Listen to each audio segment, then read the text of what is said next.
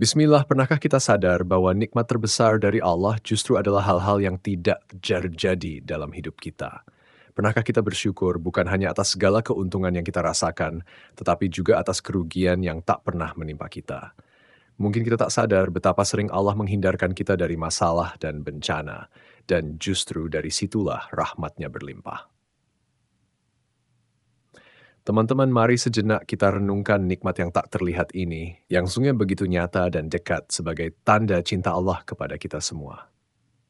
Assalamualaikum warahmatullahi wabarakatuh. Alhamdulillahirrabbilalamin. Alhamdulillahilladzi hadana lihada wa ma kunna linahtadiya laula an hadanallah. Asyhadu an la ilaha illallah wahdahu la syarikalah wa asyhadu anna Muhammadan abduhu wa rasuluhu la nabiyya ba'dah. Allahumma shalli wa sallim wa barik ala sayyidina Muhammadin wa ala alihi wa sahbihi ajmain. Teman-teman yang dirahmati Allah Subhanahu wa taala, pertama-tama kita tidak henti-hentinya untuk bertahmid, bersyukur kepada Allah atas nikmat yang Allah berikan buat kita selama ini, yang sebagian besarnya kita nggak sadar kalau kita mendapatkan nikmat itu. Di antara nikmat yang sering kita nggak sadari itu adalah nikmat Allah menyelamatkan kita dari banyak kerugian. Kalau keuntungan kan kita tahu nih, karena wujud kan. Tapi kalau kerugian, kita seringnya nggak tahu karena tidak berwujud. Kalau berwujud, rugi. Kalau dihindarkan dari kerugian, pasti nggak akan ada wujudnya. Misalnya, dihindarkan dari jatuh, berarti kan nggak ada lecetnya ya. Kalau lecet, berarti jatuh. Kalau nggak lecet, berarti nggak jadi jatuh. Nah, ini berarti kan tidak berwujud. Karena nggak berwujud, seringnya kita nggak sadar kalau itu nikmat dari Allah. Tapi kita harus belajar yakin, itu sering terjadi dalam hidup kita. Baik itu lecet fisik ataupun lecet hati.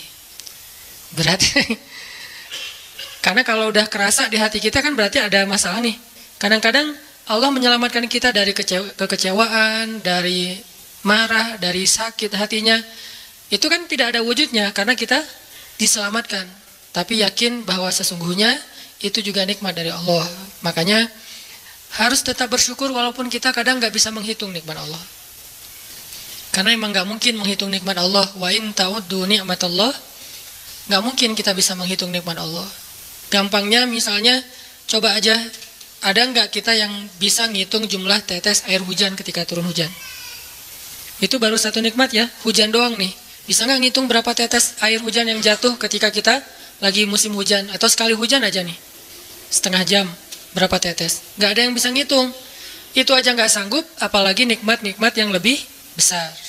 Nah, jadi tetap walaupun kita nggak sadar nikmat Allah apa, tapi kita pakainya bukan cuma dengan logika.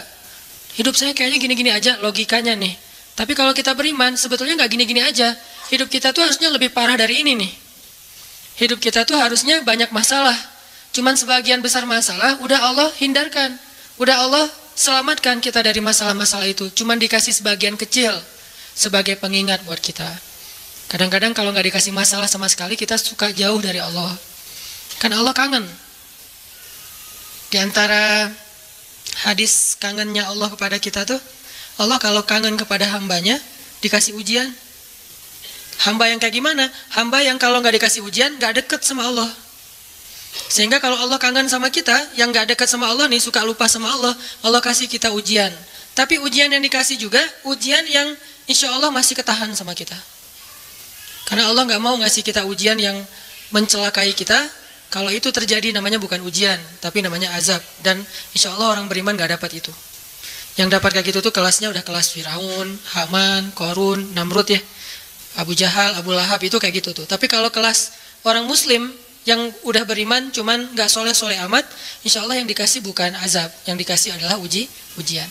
Kenapa? Allah kangen dengerin curhat kita di sepertiga malam. Allah kangen ngeliatin kita menangis dan manja kepada Allah. Allah kangen kita bangun tengah malam atau sepertiga malam berdoa kepada Allah. Allah kangen kita berdiri dan sujud dengan waktu yang lama. Kadang-kadang sujudnya setengah jam, saking lagi berserah diri kepada Allah. Allah kangen, makanya dikasih ujian dikit. Tapi ujian yang dikasih ke kita tuh sedikit dibandingkan yang Allah hindarkan dari kita. Tapi mana buktinya dihindarkan? Kalau ada buktinya namanya nggak dihindarkan.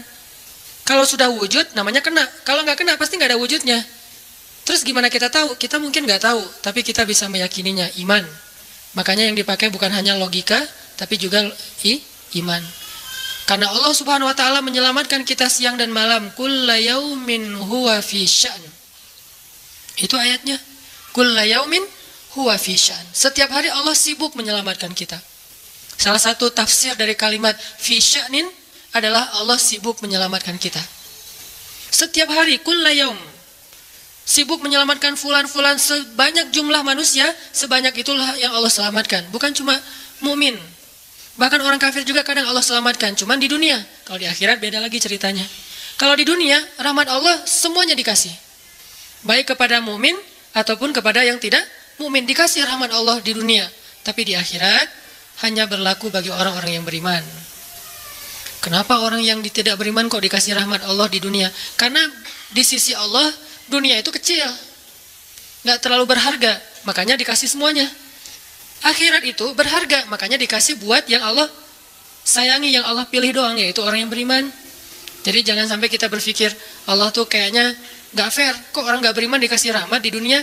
Karena dunia itu nggak terlalu berharga di sisi Allah. Seandainya dunia itu ada harganya walaupun sebelah sayap nyamuk, gitu kan hadisnya, nggak akan Allah kasih itu dunia kecuali kepada orang beriman. Tapi berhubung lebih ringan daripada sebelah sayap nyamuk, dikasih kepada semuanya.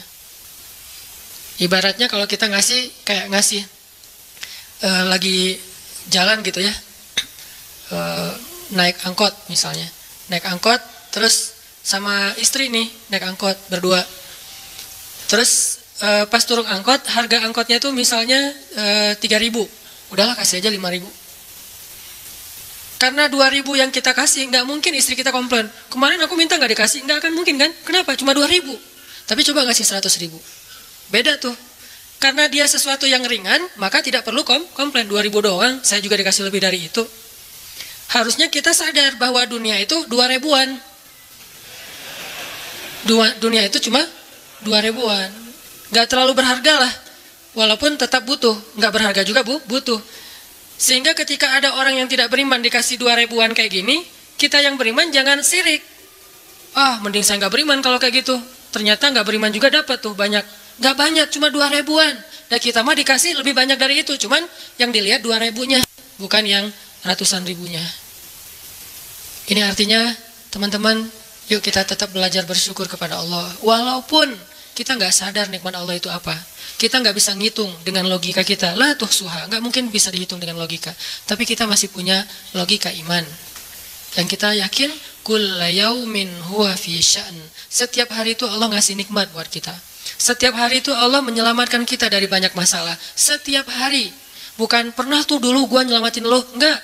Setiap hari diselamatin. Kita ada orang yang kadang-kadang nyelamatin kita dari satu musibah. Itu kan berjasa dan kita kayak ngingat seumur hidup kan ya. Dianggap kayak orang yang paling berjasa dalam hidup kita. Dulu hampir putus gara-gara dia nggak jadi putus gitu. Nyambung lagi dalam bentuk yang halal misalkan ya. Berarti kan dia paling berjasa nih. Kalau nggak gara-gara dia nih udah putus tuh. Kalau nggak gara-gara dia udah cerai nih. Alhamdulillah gara-gara si fulan, gara-gara ustadz itu, gara-gara teman saya, gara-gara orang tua. Kita yang tadinya hampir bercerai, gak jadi bercerai kan dia berarti berjasa banget dalam hidup kita, menyelamatkan rumah tangga. Allah menyelamatkan kita dari yang kayak gitu-gituan tuh kulla yaum, setiap hari. Kalau yang belum menikah, setiap hari Allah menyelamatkan kita dari zina. Apalagi kita hidup di zaman fitnah. Apalagi kita hidup di kota besar kayak di Bandung, yang fitnahnya mungkin lebih besar daripada di desa. Dengan mudah kita bisa terjerumus ke dalam dunia-dunia yang kayak gituan. Mudah banget. Tapi setiap hari diselamatin, besok diselamatin lagi, lusa diselamatin. Walaupun seringkali Allah pengen nyelamatin kita, kitanya aja yang kekeh gak mau diselamatin. Udah jatuh, Allah selamatkan dari apa? Dari makin terpuruk. Kadang-kadang kan jatuh ketiban tangga nih. Jatuh doang gak ketiban tangga. Allah selamatkan. Kalau gak diselamatkan 100%, minimal diselamatkan sebagiannya. Supaya kita gak benar-benar hancur. Itu sering. Yang pernah merasakan masa-masa kelam di masa lalunya, harusnya kan ketika kita dulu kayak gitu, kita mungkin udah mati kali ya. Yang sering tawuran misalnya, yang sering tarung di jalan, Alasannya alasan sepele gitu. Kayak kemarin saya pas ke Jakarta ada acara di daerah Bintaro tuh, lagi jalan, ada tawuran pelajar. Pada bawa golok, bawa samurai, bawa celurit, segala macam. Kita agak-agak kaget karena kita platnya plat D gitu kan. Agak bahaya nih di Jakarta soalnya. Langsung kita, gimana nih plat D, masa mau ditutup pakai tangan, gak mungkin kan ya, mobil. Akhirnya, la haula aja. Coba bayangin, mungkin sebagian kita pernah ngalamin masa kayak gitu, dan mungkin lebih parah. Yang kayak gitu-gitu mah udah jadi kayak sarapan lah. Kalau nggak makan siang, kayak gitu-gitu. Udah sering. Kenapa masih bisa selamat dan sekarang bisa duduk di masjid? Kalau bukan karena Allah menyelamatkan kita. Jadi kalau ada yang cerita ke saya tuh tentang pengalaman masa lalunya yang luar biasa kelam, saya tuh selalu bukan takjub ke dianya, takjub ke Allahnya. Bukan takjub karena dia bisa berhijrah, takjub karena Allah masih menyelamatkan dia dan menghijrahkan dia. Sehingga ketika dengar cerita kayak gitu, yang kita ucapkan adalah Masya Allah, Alhamdulillah. Bukan, wah hebat lo ya, dulu pernah bunuh orang, pernah ini, pernah, semua dosa pernah gue lakuin dah. Itu gak perlu bangga, karena kalau dia gak diselamatin Allah, dulu udah celaka dengan dosa-dosa itu. Tapi karena Allah selamatkan, akhirnya dia diberi kesempatan. Bikin dosa, dibiarin sama Allah. Bikin dosa, dibiarin, bukan dibiarin berbuat dosa, dibiarin supaya dia kembali kepada Allah, dikasih kesempatan. Dan itu gak sehari, bertahun-tahun kan kita kayak gitu. Masih aja Allah biarin, masih Allah kasih kesempatan. Ini artinya teman-teman, benar, kulla yaumin huwa fi sya'an. Setiap hari itu Allah selalu jagain kita. Setiap hari itu Allah selalu nyelamatin kita dari banyak masalah. Kalau yang udah nikah, mungkin di hari-hari pertama atau tahun-tahun pertama nih pengalaman pernikahan ya. Ya nggak apa-apa deh. Sedikit lah ya. Saya emang nggak terlalu berpengalaman. Ada yang lebih berpengalaman dari saya lah ya. Ada sedikit pengalaman. Biasanya orang yang baru nikah ujiannya itu 3 tahun pertama. Kalau dia bisa ngelewatin masa 3 tahun pertama, insya Allah agak lebih mudah ke depannya. 3 tahun pertama ini paling berat. Apalagi kalau dia nikahnya, alhamdulillah gak pacaran. Kalau pacaran kan ujiannya udah sebelum nikah udah banyak ujian ya. Pas sudah nikah ya udah selesai. Bukan udah selesai ujiannya, udah gak ada yang perlu udah hambar aja. Udah plain ya. Pernah gitu Ustaz? Enggak sih. Untung ya, untung. Alhamdulillah gak pakai pacaran. Soalnya yang pacaran diputusin melulu. Jadi yang udah pacaran lama, pas sudah nikah, kita mau ngapain lagi ya? Kayaknya udah semua ya. Oh iya, udah semua. Bulan madu dari dulu juga udah sering. Kan udah agak-agak plain gitu kan. Tapi kalau yang belum nikah, belum pacaran, nikah nih. Jadi kayak benar-benar baru pacaran, cuman ada konsekuensi lain yang mungkin ini jadi kayak semacam ujian lah biar sabar. Masa-masa adaptasi, masa-masa saling mulai mengerti, oh ternyata kamu tuh kayak gini dan segala macam. Apalagi kalau baru nikah langsung LDR-an kan berat banget tuh. Nikah LDR-an, pacaran LDR-an aja berat. Benar gak sih? Nggak ngaku Pacaran LDR-an aja berat, apalagi nikah LDR-an. Kenapa? Pacaran itu kan masih banyak pantangan. Nikah kan udah masih banyak ibadahnya. Tapi nggak boleh ibadah, coba gimana? Nggak sengsara tuh, merana kan? Harusnya boleh, tapi nggak boleh. Yang tadinya nggak boleh aja sengsara, apalagi udah boleh. Nah ini artinya setiap hari dalam tahun-tahun pertama pernikahan kita bisa aja mengatakan, udah deh, saya talak kamu, apalagi laki-laki. Kalau nggak sabar dikit keluar kata-kata talak. Kalau udah keluar nggak bisa ditarik lagi tuh. Karena kalimat itu walaupun guyon tetap kena kan? Guyon aja kena, apalagi serius. Enggak usah, saya waktu itu lagi dikuasai amarah. Emang ada yang cerai dalam keadaan nyaman? Kita talak yuk, gitu. Nggak ada kan? Yang namanya cerai pasti marah tuh. Jadi nggak ada istilah gara-gara marah terus talaknya nggak berlaku. Nggak, maksud marah yang nggak berlaku talak itu kalau sampai hilang akal. Tapi rata-rata kita masih berakal sih walaupun marah juga. Karena ada orang yang marah tuh kemudian dia jadi kayak orang yang gila gitu gara-gara marahnya, itu hilang akal. Tapi kalau masih berakal, masih mukallaf, masih bisa berpikir, ya namanya cerai nggak ada yang nggak marah. Yang namanya cerai pasti marah. Say, aku talak kamu. Nggak ada, udah talak manggilnya say. Udah gitu pakai emoticon yang love gitu. Tapi talak kan agak-agak klise ya. Gak ada, pasti emoticonnya tuh berderai-derai atau hatinya terbelah kan gitu kan ya. Lagi rame soalnya tuh yang kayak gitu-gitu. Cie. Ini artinya bahwa yang namanya talak gak ada nyamannya. Pasti lagi marah dan tetap berlaku teman-teman. Kalau gak Allah membimbing lisan kita, mungkin hari kedua udah talak tuh. Kalau Allah gak membimbing hati kita, mungkin bulan pertama udah talak. Berarti kulla yaumin huwa fi sya'an. Sebetulnya kalau dengan logika iman, harusnya kita yakin setiap hari itu Allah pasti nyelamatin kita setiap hari. Cuman karena udah diselamatin jadi nggak ketahuan. Kalau nggak diselamatin ketahuan. Tadi mau jatuh di jalan nih, naik motor nih, mau keserempet harusnya jatuh, tapi nggak jadi keserempet. Atau keserempet dikit nggak jatuh. Kan kita suka lupa kalau kayak gitu kan ya. Kalau udah jatuh baru ingat. Kan saya tadi udah baca bismillah, kenapa masih jatuh? Gitu kan? Tapi kalau nggak jatuh, kita lupa bahwa ternyata perjalanan kita itu dilindungi oleh Allah, sehingga kalau udah sampai bilang, Alhamdulillah. Jadi banyak yang kita nggak bisa ngitung, karena memang tidak terjadi. Kenapa nggak terjadi? Allah yang menyelamatkan kita. Kulla yaumin huwa fi sya'an. Sehingga tetap, walaupun mungkin kita nggak ngerasain, bilang aja, Alhamdulillah, Alhamdulillah, setiap hari aja gitu. Karena nggak ada ruginya juga kita ngomongin Alhamdulillah. Satu-satunya kata atau nama yang nggak rugi disebut cuma nama Allah. Dan satu-satunya nama yang rugi kalau disebut nama mantan. Itu nggak enak banget nyebutnya. Kadang-kadang lagi ngobrol sama teman atau lagi kenalan di dalam kampus nih ya, atau kelas anak baru ceritanya. Kan kenalan nih, dipanggil nama sama guru satu-satu. Pas ada satu nama, misalnya namanya siapa gitu kan ya. Kita sendiri yang pas nama itu disebut langsung meriang. Lah kamu kenapa? Itu nama mantan saya, Bu. Kan suka gitu ya. Sampai ada nama jalan bisa buat dia kegeeran sendiri. Saya pernah di Masjidil Haram ada salah satu nama gate. Nama gate tuh, bukan gate Masjidil Haram ya. Kalau gate Masjidil Haram semuanya nama cowok. Kan nggak mungkin saya punya mantan cowok kan. Salah satu gate di hotel lah. Itu namanya tuh nama, pokoknya nggak usah disebut, ketahuan ntar. Di stalking lagi ya. Ada salah satu gate di hotel besar kayak Zamzam Tower gitu. Gate-nya tuh namanya nama seseorang. Pas ngeliat tuh, hah, gitu doang. Coba bayangin, nama aja bisa bikin kita calangap. Nama, coba. Jadi satu-satunya nama yang kalau disebut itu bikin kita nggak nyaman, itu nama muatan. Dan satu-satunya nama yang kalau disebut bikin kita dapat kebaikan, cuma nama Allah Subhanahu Wa Taala. Setelah itu baru nama Muhammad SAW. Makanya nggak ada ruginya lah bilang Bismillah, Innalillah, Astagfirullah, Masya Allah, Subhanallah, dan segala macam yang ada kata Allahnya. Sehingga Nabi bilang, segala sesuatu yang di dalamnya ada nama Allah, maka diberkahi. Dan segala sesuatu yang di dalamnya tidak ada nama Allah, maka tercabutlah kebaikannya. Jadi nggak ada rugi. Sehingga sampai nama orang aja yang paling baik itu adalah Abdullah sama Abdurrahman. Walaupun manggilnya Dul, El, tapi tetap namanya bagus nih, Abdullah, Abdurrahman. Kepanjangan prolognya. Tapi ada hubungannya. Allah itu kalau kangen sama kita, Allah kasih kita ujian. Makanya jangan bikin Allah ngasih kita ujian kalau kangen, tapi ngasih kita nikmat.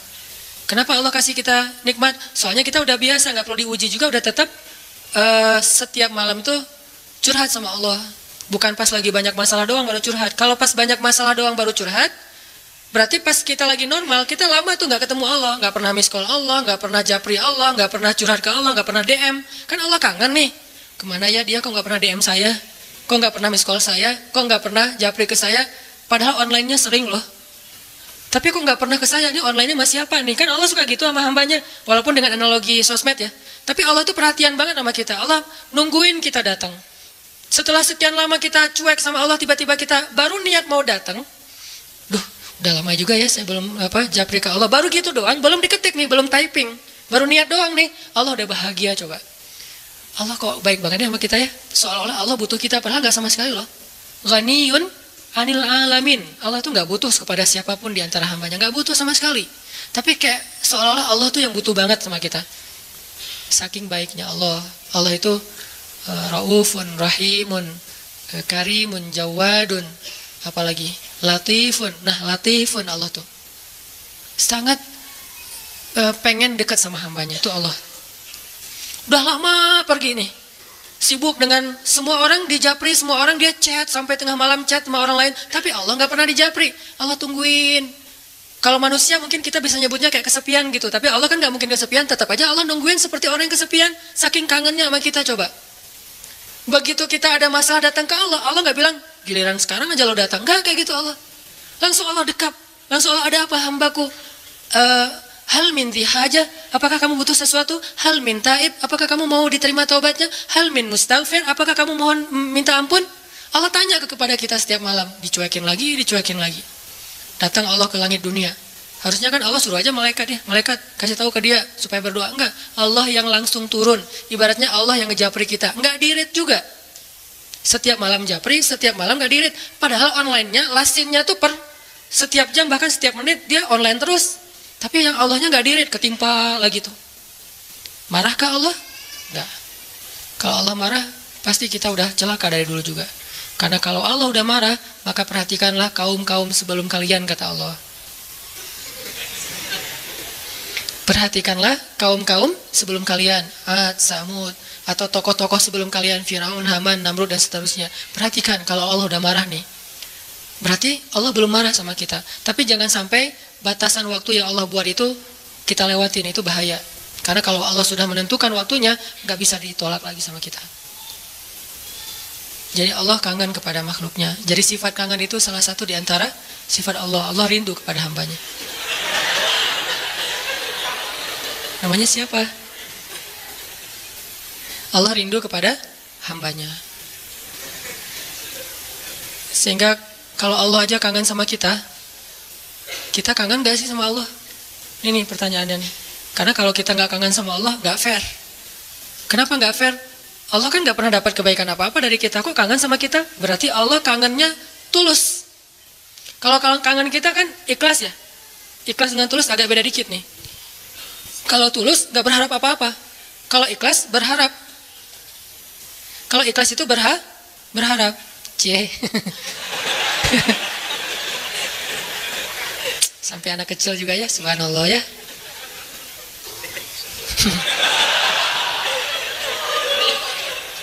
Otomatis ada cewek soalnya. Cewek kecil. Allah aja tuh gak menginginkan apa-apa dari kita, kangen. Berarti kan gak ngarapin apa-apa, bisa kangen. Baik banget kan? Nah kita kalau kangen pasti ada ngarapin sesuatu. Kayak kangen orang tua, kenapa? Pengen masakan ibu. Kangen kampung halaman, kenapa? Pengen jajan, pengen lihat suasana yang luar biasa di keluarga. Kan kangen ya kampung halaman. Kangen dia misalnya. Pengen disiapin segelas apa misalnya. Green tea lah atau Thai tea atau apalah. Kalau yang standar mah ya, atau kopi misalnya. Kita mengharapkan sesuatu dalam kangennya kita. Kalau Allah kangen gak ngarapin apa-apa. Karena Allah gak butuh kita. Kok kangen? Berarti Allah maha baik. Kangen mengharapkan sesuatu aja baik. Apalagi kangen tanpa mengharapkan apa-apa. Dan yang lebih luar biasanya lagi, Allah bukan cuma gak mengharapkan apa-apa. Kangen pengen ngasih sesuatu kepada kita. Kangen pengen ngasih sesuatu untuk kita. Itu kangennya Allah. Mirip dengan kangennya ibu. Walaupun gak sama, pasti Allah lebih. Kangennya ibu tuh pengen masakin buat kita loh. Kangennya kita ke ibu, pengen masakan ibu. Beda kan? Jadi jangan merasa lebih baik daripada ibu kita ya. Karena realitasnya, jujurnya mah, kita kalau kangen ibu karena pengen dimasakin. Ibu kalau kangen kita karena pengen masakin. Jarang ada ibu kangen karena pengen masakan dari kita. Kan kita nggak bisa masak, kecuali chef lah ya. Chef juga tetap makannya makanan ibu. Walaupun mungkin dia jago dalam masak, tapi ada sentuhan mukjizat dari seorang ibu yang memang nggak bisa dipakai bumbu. Itu lebih ke perasaan, ketulusan cinta. Beda pasti tuh. Ibu saya tuh kalau masak, mungkin banyak ibu-ibu lain atau siapapun perempuan yang masaknya tuh enak. Tapi tetap aja kalau yang dimasak oleh ibu tuh beda. Nggak tahu gimana, nggak bisa dijelasin aja pokoknya, beda. Gitu juga yang dimasakin oleh istri.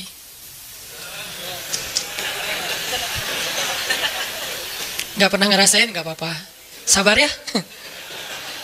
Ibu aja dulu lah, puas-puasin ya. Karena ibu tetap aja seseorang yang luar biasa. Allah tuh kayak gitu, analogi cinta Allah kepada kita, walaupun gak sama persis, tapi minimal ada analoginya. Kayak ibu kepada anak. Allah tuh kangen sama kita bukan karena pengen sesuatu dari kita, tapi karena pengen ngasih sesuatu untuk kita. Kok bisa gitu? Ibu aja bisa, apalagi Allah. Padahal ibu kan manusia yang punya banyak kekurangan. Kadang dia capek, kadang dia juga lelah, kadang dia butuh harta dan segala macam. Namanya ibu kadang-kadang butuh. Kayak saya lagi di Mesir tuh, telepon ibu saya, "Mak, butuh apa? Ini di rumah kalau bulan Ramadan kan bentar lagi bulan puasa, orang aja nyebutnya bulan puasa. Bentar lagi kan bulan puasa, di rumah nggak ada es, masa harus beli terus ke tetangga, nggak enak. Menjelang berbuka pas lagi ngabuburit datang ke rumah tetangga, bisa nggak beli kulkas? Boleh mak, boleh gitu. Nggak pernah saya ngerasa mak nggak kangen sama saya, kangennya kulkas, nggak kan? Walaupun ibu kita manusia, tetap aja kangennya lebih tulus daripada kangen kita. Kenapa ibu pengen beli kulkas? Bukan buat dirinya, buat adik-adik. Karena adik-adik itu kalau buka puasa pasti wajib mereka mah minumnya yang dingin misalnya. Nah ibu nggak suka minum dingin. Ibu sama ayah nggak suka minum dingin. Ayah saya pasti buka puasanya kalau nggak rokok ya kopi.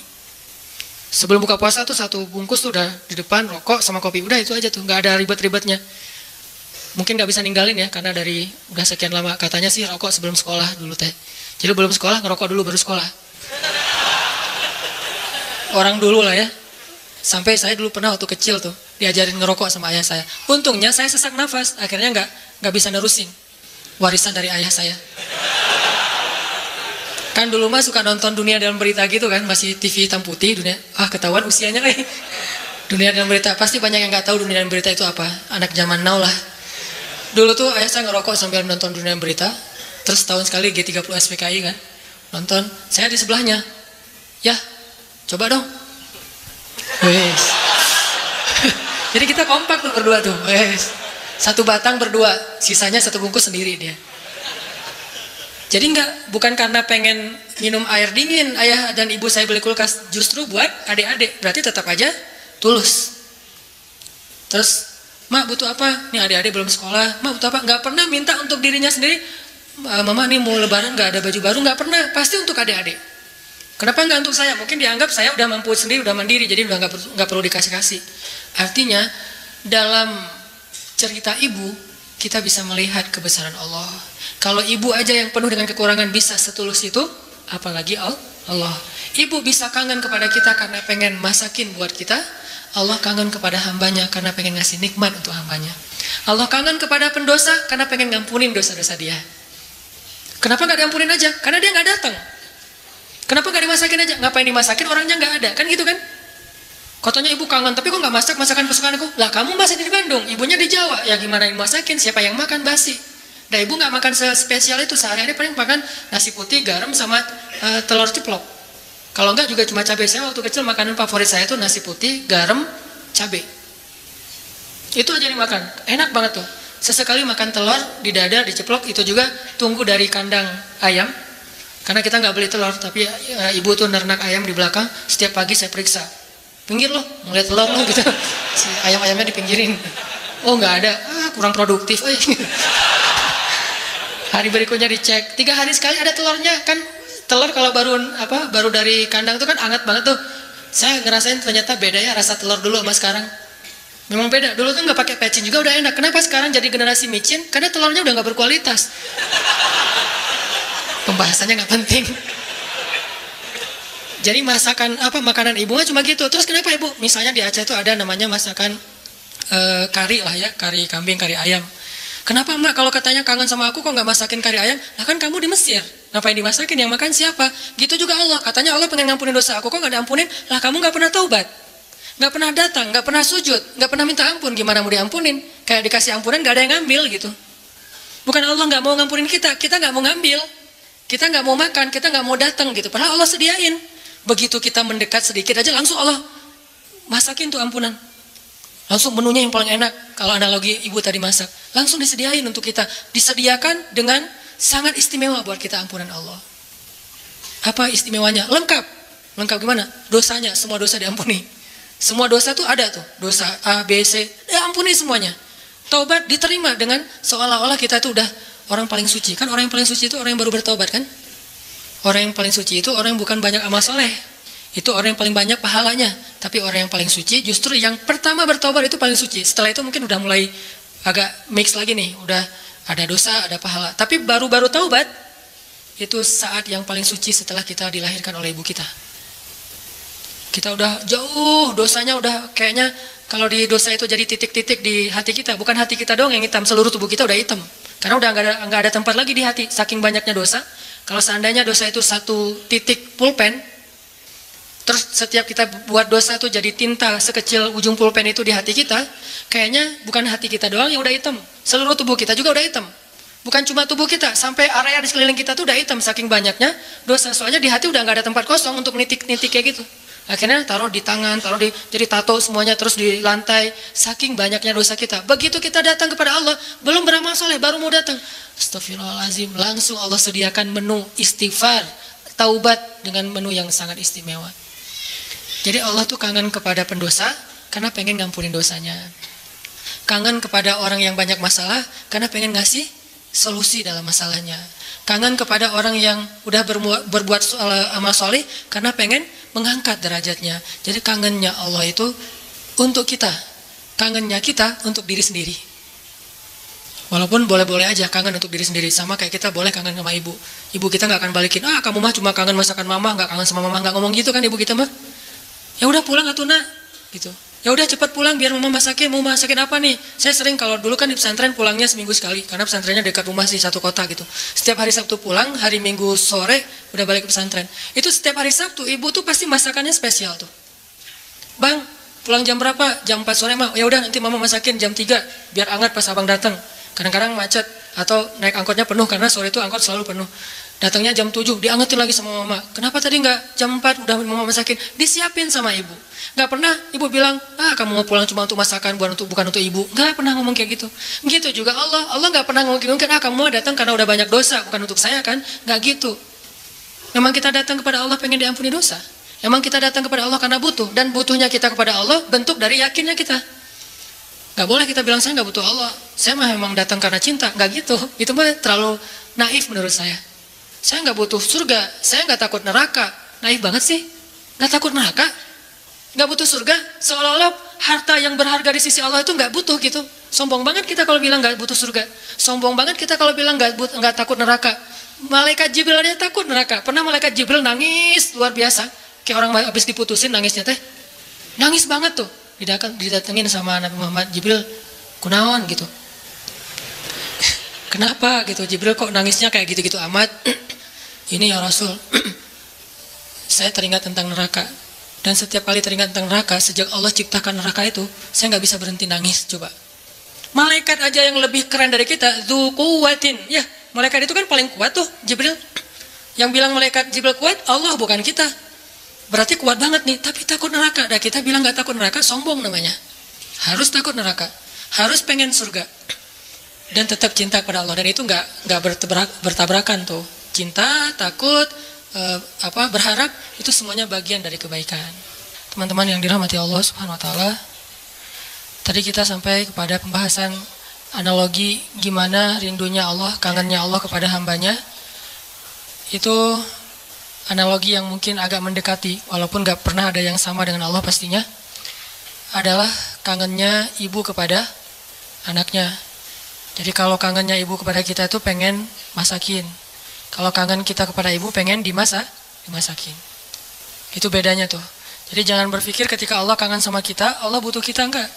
Justru Allah kangen sama kita karena pengen ngasih ke kita kebaikan-kebaikan. Allah kangen kepada pendosa bukan kangen karena dia orang soleh, enggak. Karena Allah sayang sama dia. Bukan karena, kok pendosa dikangenin? Bukan, itu mah kita yang hitung-hitungan. Makanya jangan menganalogikan Allah kayak kita. Seperti kita bilang, kan suka ada yang ngomong gini, ke Allah mah nggak usah banyak minta, nggak enak, mending beribadah aja. Emangnya Allah tuh akan berat kalau kita minta? Kan enggak. Justru meminta kepada Allah itu ibadah. Jadi makin banyak berdoa itu makin banyak pahala. Karena berdoa dalam agama kita itu bagian dari ibadah. Cuman namanya bukan ibadah muqayyad. Ibadah muqayyad itu kayak sholat 5 waktu, udah jelas waktunya, jelas cara-caranya. Ibadah mutlak, arti mutlak itu lebih bebas. Kapan aja, yang dibaca bisa apa aja, bahkan kadang-kadang agak-agak capruk dikit dalam berdoa mah nggak masalah ya. Kenapa dia capruk? Karena nggak hafal bahasa Arabnya. Akhirnya yang didoain sebisanya dia aja, nggak apa-apa semampunya. Jadi berdoa kepada Allah itu ibadah dan Allah senang banget dimintai. Sampai Allah tuh ngerasa malu kalau ada yang meminta, terus kita Allah nggak mengabulkan, Allah malu tuh. Allah punya malu, justru Allah maha pemalu. Banyak hadis-hadis Allah pemalu kan? Di antaranya kayak hadis Nabi pas Utsman datang ke rumah Nabi dalam keadaan Nabi sakit. Pas Abu Bakar datang, Nabi nggak pakai baju atau pakai baju tapi nggak terlalu rapi gitu, biarin aja. Umar biarin aja. Begitu Utsman yang bilang salam, Nabi langsung rapi-rapi. Udah semuanya rapi, baru Utsman dibukain pintu. Ditanya kok gitu-gitu amat sama Utsman? Dah kita mah nggak gitu. Kata Nabi, jangankan saya, Allah aja malu kepada Utsman. Terus Allah juga malu dalam hadis Nabi, sesungguhnya Allah malu kalau ada hambanya mengangkat kedua tangannya. Ini juga dalil bahwa berdoa boleh mengangkat tangan. Jadi nggak perlu diperdebatkan lah. Nggak angkat tangan boleh, angkat tangan boleh, menelunjuk juga boleh. Menelunjuk jangan pakai analogi culture manusia. Kalau culture manusia gini tuh merintah kan ya. Tapi kalau culture agama ini bukan merintah. Cuma Allah doang yang saya berharap gitu maksudnya. Doa kok gitu sih? Kayak merintah Allah. Enggak, ini mah pakai perasaan kita. Kalau pakai perasaan agama mah enggak gitu. Kan Nabi kadang berdoa gini. Kadang berdoa emang enggak pakai ngangkat tangan. Kapan tuh? Kayak pas naik kendaraan. Kan enggak mungkin di atas onta gini kan. Agak-agak gimana gitu. Atau pas mau makan. Tapi pas mau makan Bismillahirrahmanirrahim. Walaupun boleh ditambah Allahumma lakasumtu misalnya. Ya, atau Allahumma barik lana. Asal enggak bismillahirrahmanirrahim amutu ahya. Kan nggak harus gini, boleh juga gini, boleh nggak sama sekali. Kadang Nabi juga berdoa dengan mengangkat tangan. Buktinya, sesungguhnya Allah malu. Kalau ada hambanya mengangkat kedua tangannya, lalu Allah tidak mengabulkan permintaannya, kan Allah malu nih. Bisa juga Nabi ngangkat tangannya nggak gini, tapi gini. Kapan? Pas perang Badar. Kalau kita pas besok mau ngelamar. Jadi perang Badarnya kita nih, jomblo nih. Lamaran, itulah perang Badarnya kita. Apalagi menghadapi calon mertua yang berkumis tebal teh kan. Itu berarti menghadapi musuh yang lebih kuat daripada kita kan ya. Butuh mukjizat lah itu mah. Sehingga doanya malamnya kayak gini. Pas sudah diterima gini lagi. Itulah kita. Artinya teman-teman jangan ngelihat Allah seperti kita ngelihat makhluk. Tapi pasti Allah lebih baik daripada makhluknya. Pasti. Bahkan gak bisa dibandingin. Kalau ada ayat-ayat kayak analogi itu bukan perbandingan. Lebih kepada analogi supaya kita bisa berpikir. Dan memang Islam itu mengajarkan kita dan melatih kita berpikir. Afala ta'qilun, afala la'allakum tatafakkarun dan berpikirlah. Am hasibatum falyanzuru. Semuanya tentang berpikir. Jadi kalau ada istilah, udahlah nggak usah dipikir-pikirin, udah taat aja. Taat tapi berpikir. Jangan taat nggak berpikir. Karena agama ini agama milik orang-orang yang cerdas, dibawa oleh orang yang paling cerdas di muka bumi. Dan kecerdasan itu di sini. Tapi kecerdasan doang nggak cukup, harus dipadukan dengan keimanan. Baru namanya Rabbaniyah. Nabi itu cerdas banget loh. Saking cerdasnya Nabi, turun ayat 1 juz kehafal sama Nabi. Jibril datang, Muhammad, dengarkan, didengarin sama Nabi. Al-An'am kan, 1 juz lebih sedikit, 11 lembar kan, 1 juz 10 lembar. Nabi dengerin, Jibril baca, udah selesai Jibril baca, Jibril naik ke langit, Nabi udah hafal. Nabi kasih tahu ke sahabat, udah turun ayat kepada saya yang lebih baik, yang lebih saya cintai daripada langit dan bumi, yaitu yang dibuka dengan Alhamdulillah. Sahabat Ibnu Mas'ud bilang, saya udah hafal ya Rasulullah. Ini lagi sifat tawadunya Rasul. Rasul gak bilang, emang lo doang, gue juga gitu. Enggak, saking tawadunya Rasul ya. Rasul malah kayak, seolah-olah beliau gak bisa gitu, saking menghargainya. Ini namanya ra'fah. Kalau kita kan suka ngeremehin orang, kalau Nabi gak ngeremehin orang, walaupun beliau pasti di atas rata-rata. Oh gitu Abdullah, coba-coba gitu. Kayak beliau tuh gak bisa kayak gitu. Abdullah pede kan? Wah bisa. Tapi Allah tahu lah, Nabi pasti hafal karena Nabi nggak bisa baca. Kalau Abdullah mengulang hafalan itu dari Nabi mendengar, gimana kalau Nabi nggak hafal? Kan Nabi membacakan dulu di antara para sahabat. Nggak ada satu huruf pun yang salah yang dibacakan Nabi. Padahal cuma sekali dengar nih. Berarti Nabi itu orang cerdas, hafalannya kuat. Dan lagi-lagi jangan ngelihat kecerdasan hanya dengan bisa baca tulis. Karena kalau kita pengen baca sejarah, bacalah dengan analogi, dengan persepsi sejarah. Jangan baca sejarah dengan persepsi kekinian, itu keliru. Saya nggak bilang salah ya, keliru. Karena salah dan keliru itu beda. Kalau salah dalam bahasa fikih namanya batil. Benar, hak. Kalau keliru, khata. Benar, sawab. Itu keliru. Kalau kita membaca sejarah, tapi pakai persepsi kekinian. Contoh, katanya pintar, tapi kok nggak bisa baca tulis? Karena di zaman sekarang, pintar itu dilihat dari kemampuan membaca dan menulis. Di zaman dulu, culture-nya, belajar itu nggak lewat baca tulis. Di zaman Nabi dulu, belajarnya lewat menghafal. Jadi orang yang pintar di zaman itu adalah yang bagus hafalannya. Orang yang pintar di zaman sekarang adalah yang paling pintar nulis dan membacanya. Bahkan zaman now mah udah nggak baca tulis. Udah lebih ke aplikasi. Udah lebih ke otak-atik. Bahkan kadang-kadang nggak aplikasi, googling aja. Saking simpelnya.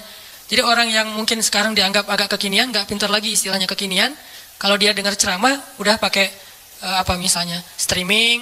Atau kalau dia lihat langsung dia pakai recording. Kalau dulu nggak pakai recording aplikasi, recordingnya di sini. Sehingga culture, model belajar di zaman Nabi dengan zaman sekarang berbeda. Sehingga kita nggak boleh menjudge sejarah dengan persepsi kekinian, itu nggak boleh. Sama kayak kita menjudge Nabi menikah dengan anak di bawah umur dengan persepsi kekinian. Memang 12 tahun itu atau 11 tahun di zaman sekarang itu di bawah umur. Tapi di zaman itu coba kita baca sejarahnya lebih lengkap deh. Aisyah sebelum dilamar sama Nabi itu udah khitbahan loh. Udah jadian. Sama siapa? Sama anak seorang laki-laki yang belum beriman. Namanya anak Mut'im bin Adi. Mut'im bin Adi ini salah satu orang kafir tapi pelindung Nabi kayak Abu Talib. Setelah Abu Talib wafat, yang gantiin Abu Talib itu Mut'im namanya. Mut'im bin Adi. Aisyah itu udah ditunangkan sama anaknya Mut'im. Nabi nggak tahu. Nabi dapat mimpi kan, yang dapat kain sutra dari surga gitu. Nabi datang kepada Abu Bakar, bilang, ya Abu Bakar, saya bermimpi melamar Aisyah anakmu. Bagaimana pendapatmu? Abu Bakar diam-diam pergi ke Mut'im. Karena Abu Bakar sendiri kalau dilamar Nabi, siapa yang bisa nolak kan ya? Nabi yang ngelamar kan. Jangankan untuk Nabi, untuk siapa dulu teh? Julaibib aja diterima kan ya? Apalagi sekarang untuk Nabi nih. Akhirnya diam-diam Abu Bakar datang ke Mut'im. Angkat dong teleponnya, karena nggak diangkat dari tadi teh. Pas diangkat, udah apa Abu Bakar? Ini ada masalah nih, yuk kita ketemuan. Ya udah di kafe mana? Itu dekat SM aja gitu. Ketemuan kata Abu Bakar, Mut'im ini gimana nih, saya galau berat. Saya nggak enak sama kamu. Emang ada masalah apa? Kan kita udah lama berteman, biasa aja lah gitu. Kata Abu Bakar, Muhammad kamu tahu kan? Oh ya, siapa yang nggak tahu? Muhammad kan ya, orang yang paling mulia di Mekah. Dia ngelamar Aisyah. Mut'im senyum. Bukan kaget, bukan dasar tuh orang, enggak, senyum. Jadi yang bete Muhammad menikah dengan Aisyah itu justru harusnya kan Mut'im kan? Bapak calon mertuanya anak Aisyah gitu. Kenapa kita yang bete nih? Orang kita nggak ada hubungan apa-apa dengan Aisyah. Karena Mut'im senyum. Terus Mut'im bilang, kata Abu Bakar, terus gimana menurut kamu ya Mut'im? Kata Mut'im, ya Abu Bakar, kalau gitu kita batalkan pertunangan anak kita. Sesungguhnya Muhammad lebih layak untuk Aisyah daripada anak saya. Jadi secara culture, Aisyah itu emang udah waktunya menikah di waktu itu. Tapi kalau kita ngelihatnya dari angle kekinian, itu di bawah umur. Makanya jangan menjudge sejarah dari angle kekinian. Itu nggak fair. Banyak lagi adegan-adegan sejarah. Ini yang kita belajar di Al-Azhar itu kayak gini nih, belajar berpikir, belajar berfilosofi. Kalau orang bilang filsafat itu nggak butuh, nggak, tergantung filsafatnya. Karena ada filsafat Islamiyah, ada filsafat Gharbiyah. Kalau Gharbiyah itu Western lah, filsafat sekuler. Tapi kalau Islam juga berfilsafat. Ternyata gitu ya, baca tafsir juga butuh filsafat. Saya kalau baca Al-Quran yang ada tafsirnya atau nggak pakai tafsir, misalnya baca Al-Quran beberapa ayat yang udah ngerti gitu ya. Subhanallah, ketika kita berpikir tentang Al-Quran, kebayang hal yang luar biasa tentang kebesaran Allah. Itu luar biasa loh. Kayak saya pernah bilang ayat Allah tuh zatnya, kalau kita ke teman bilangnya orangnya gitu ya. Allah itu zatnya nggak enakan. Apa bukti Allah nggak enakan? Tuh buktinya tuh ayat sebelum tentang pengubahan kiblat. Allah mengatakan Raufun, dirinya tuh Rauf. Artinya Rauf itu nggak enakan. Apa wujud nggak enakan Allah? Salah satunya ayat tentang puasa. Itu Allah nggak enakan banget tuh. Mau nyuruh kita puasa aja, perintahnya satu, tapi bahasa-bahasa untuk seolah-olah memotivasi kita, itu satu lembar loh. Ya ayyuhalladzina amanu, kutiba alaikumusiyam. Makanya bacanya jangan, ya ayyuhalladzina amanu. Beda itu, beda intonasi, beda pesan. Tapi kalau kita baca, ya ayyuhalladzina amanu, kan kata Nabi, bacalah Al-Quran dengan suara sedih kan? Bukan dengan suara teriak. Kadang kita, ya ayyuhalladzina amanu, tergantung khotibnya kan ya? Padahal kadang ayat itu turunnya nggak gini, tapi santai turunnya. Ya ayyuhalladzina amanu, kutiba alaikumusiyam. Wahai orang yang beriman, diwajibkan bagi kalian berpuasa. Tapi coba perhatikan kalimat berikutnya. Kayak Allah nggak enakan banget. Kama kutiba alal ladzina min qablikum, seperti telah diwajibkan kepada orang sebelum kalian. Seolah-olah Allah ngomong gini, puasanya, tapi nggak usah khawatir, bukan kalian doang yang disuruh, yang lain juga disuruh gitu. Kayak kita bilang ke teman kita nih, lagi ada event, kita jadi panitia gitu. Terus kita sebagai ketua panitia bilang ke teman-teman kita tim, tolong angkatin meja ya, soalnya yang lain di depan lagi beres-beresin sendal atau apalah. Tolong angkatin layar ya, tolong gulung layar ya, soalnya yang lain lagi beresin meja di dalam. Artinya bukan kamu doang yang disuruh, yang lain juga kerja, gitu kan? Saking ra'fah, nggak enaknya Allah sama kita, coba. Nah kita mah enak-enak aja sama Allah, nuduh Allah macam-macam, Allah nggak adil, Allah maunya apa, Allah nggak rela saya jadi orang benar. Allah aja ke kita yang Allah maha sempurna, nggak enakan, coba. Wahai orang yang beriman, berpuasalah atau diwajibkan bagi kalian berpuasa. Tapi bukan kalian doang, orang sebelum kalian juga diwajibin. Kama kutiba alal ladzina min qablikum. Ini untuk kalian, bukan untuk saya. La'allakum tattaqun, supaya kalian bisa jaga diri. Kan takwa itu menjaga, wiqayah. Bisa jaga diri, maksud jaga diri apa Ustaz? Kan kata Nabi juga bagi para jomblo, kata Nabi kan ya. Kalau kalian udah sanggup menikah, menikahlah.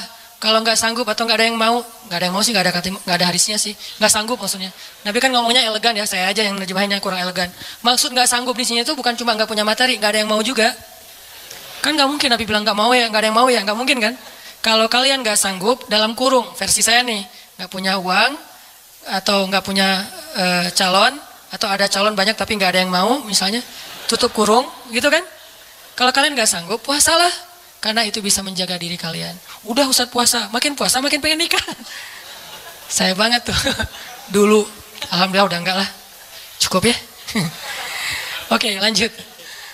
Supaya kalian bisa jaga diri. La'allakum tattaqun, karena takwa itu menjaga diri. Bisa menjaga diri dari hawa nafsu, bisa jaga diri dari api neraka. Banyak makna jaga diri di sini. Udah selesai belum? Allah masih ngomong gini, ayyaman ma'dudat. Gak usah khawatir, gak lama kok, cuma beberapa hari. Kenapa Allah gak bilang aja 29 hari atau 30 hari? Kenapa bilang beberapa hari? Kenapa Allah gak bilang 1 bulan? Kan puasa 1 bulan kan? Kenapa gak bilang syahran wahidan? Kenapa ayyaman ma'dudat? Karena pengen ngasih angle bahwa ini ringan, cuma beberapa hari doang kok. Lagian puasa kan bukan bulanan, harian. Sanggup gitu puasa bulanan? Sahurnya tanggal 1, buka puasa tanggal 29 gitu. Gak sanggup, makanya Allah bilang ayam, beberapa hari. Ini yang saya belajar di Al-Azhar. Jadi saya merasa bersyukur, bukan ngelebih-lebihin ya. Pasti kampus-kampus yang lain juga keren-keren. Cuma karena saya gak ngerasain, saya taunya Al-Azhar. Di Al-Azhar itu kita belajar detail banget. Kenapa saya bilang ada S2, S3 cuma 1 huruf Al-Quran jadi dapat tesis, disertasi. Karena yang dipelajari itu detail. Ngapain gitu-gitu amat sih, udahlah tahan aja. Enggak, kalau yang mutaat aja nggak usah berpikir. Tapi berpikir supaya kita bisa menjadikan agama ini sebagai rahmat, sebagai solusi buat kehidupan kita. Ini bedanya belajar Al-Azhar dengan di beberapa tempat ya. Kalau di beberapa tempat belajar fikih itu lebih kepada produknya, produk fikih, halal, haram, boleh nggak boleh, itu kan produk fikih kan. Kalau di Al-Azhar bukan belajar produk, belajar cara memproduksi. Mesinnya dipelajari. Sehingga ketika ada masalah baru, mesin ini tinggal diulik dikit, produksi yang baru. Kayak tadi misalnya bikin apa gitu, ternyata udah berubah zamannya, udah seleranya udah nggak kayak gitu lagi, akhirnya digantilah, bikin lagi yang baru. Tetap mesinnya sama, cuman dia bisa beradaptasi dengan kebutuhan pasar. Itu bedanya di Al-Azhar. Kita belajar mesin fikih. Bagaimana memproduksi fatwa kalau di bidang fikih. Kalau di tafsir, bagaimana mengambil ayat, terus jadi kesimpulan berfikir. Jadi berpikir dengan Al-Quran, bukan berpikir dengan menurut saya, enggak. Pola pikir kita tuh dibangun di Al-Azhar. Sehingga pas kita dengerin dosen ngomong, benar-benar tuh celengapan, benar tuh. Karena ilmu dosen-dosen di sana tuh luar biasa. Kalau ngomong tuh kayak, seolah-olah dia udah kuasai seluruh Al-Quran, jadi Al-Quran itu diambil tuh, sepotong-sepotong, dikumpulin, jadilah satu menu makanan. Tuh gitu di Al-Azhar teh. Intinya yang saya pengen sampaikan kepada teman-teman, jangan ngelihat Allah kayak ngelihat makhluk. Karena nanti jadi salah paham. Jangan banyak mintalah, gak enak sama Allah. Justru Allah itu gak enak kalau gak diminta. Allah senang banget kalau kita minta. Dan Nabi yang paling banyak meminta ke Allah namanya Ibrahim. Sehingga disebut Inna Ibrahim la'awwahun halim. Apa arti awwah? Bukan awwah ya. Awwah artinya da'a, suka berdoa. Dan di Al-Quran itu Nabi yang paling banyak kalimat doanya kan Ibrahim kan. Dikit-dikit ya Rabbi, ya Ilahi, ya Allah. Selain Musa, awwahun da'a, suka berdoa. Gitu juga tadi dalam kasus surga neraka. Ada orang bilang, saya emang gak takut sama neraka. Setan aja, iblis takut sama neraka. Kita lebih garang daripada iblis? Enggak. Iblis itu udah paling, kalau dibilang bejat, paling bejat mah iblis. Udah gak ada lagi lebih bejat daripada iblis. Udah gua mah lebih bejat dari iblis, gak ada. Iblis itu paling bejat tuh udah. Jadi kalau ada manusia, gimana pun dia bejat, masih kalah sama iblis. Yang paling soleh itu adalah Muhammad SAW. Walaupun yang paling suci adalah malaikat, tapi yang paling soleh, beda suci sama soleh ya. Karena orang soleh bisa aja ada kesalahan. Nih berpikir nih, orang soleh tetap ada kesalahan. Kalau suci nggak ada kesalahan. Dan nggak ada manusia yang suci. Yang ada manusia yang soleh. Nabi bukan suci, maksum, terjaga. Kesalahan tetap ada, tapi bukan dosa. Karena Nabi tidak berbuat dosa, karena maksum. Tapi kesalahan, beliau bermasa muka, beliau salah memutuskan tentang perkara tawanan perang dalam perang surat Al-Anfal, beliau salah misalnya keliru dalam masalah sikap kepada orang-orang yang belajar kepada beliau, terus didatangin orang-orang kafir Quraisy yang belajar suruh mojok dulu, ditegur sama Allah. Ayat teguran ke Nabi itu banyak loh, termasuk beliau karena pengen nyenengin istri-istrinya lagi cemburu, Nabi bilang ya udah deh, saya nggak akan minum madu lagi. Kan baru pulang nih dari rumah salah satu istrinya, ketemu istri yang Aisyah. Aisyah nanya, dari mana aja sih kok lama banget datangnya? Itu dari rumah Sofia. Ngapain sih di sana terus? Kan dia tuh maksudnya pendek gitu. Udahlah, makan apa sih? Dikasih apa di sana? Emang makanannya enak banget ya? Enggak, cuma minum madu doang. Wah, nggak enak, pasti madunya nggak bener nih. Mulutnya nggak enak tuh. Akhirnya Nabi bilang, ya udah, mulai sekarang saya nggak akan minum madu lagi. Demi menyenangkan Aisyah. Turun ayat. Wahai Nabi, kenapa kamu mengharamkan apa yang Allah halalkan demi menyenangkan istrimu? At-Tahrim. Yang paling soleh di muka bumi dan di dunia akhirat dan langit bumi nih, Nabi Muhammad. Tapi yang paling suci, malaikat. Di sini ketahuan, oh ternyata orang soleh juga bisa ngelakuin kesalahan. Kalau Nabi kesalahan, kekeliruan, kalau kita kesalahan. Tapi dia langsung recovery, balik. Nggak ada yang suci. Fala tuzakku anfusakum. Jangan kalian menganggap diri kalian suci. Tapi yang paling bejat adalah iblis. Kemudian setan. Setan ini minal jinnati wan nas, ada jin ada manusia. Sehingga kita kalau bilang saya nggak takut neraka agak-agak klise menurut saya. Berarti sia-sia dong Allah ciptain neraka, ternyata manusia nggak takut. Jika Allah udah banyak fattakun nar, itu perintah loh.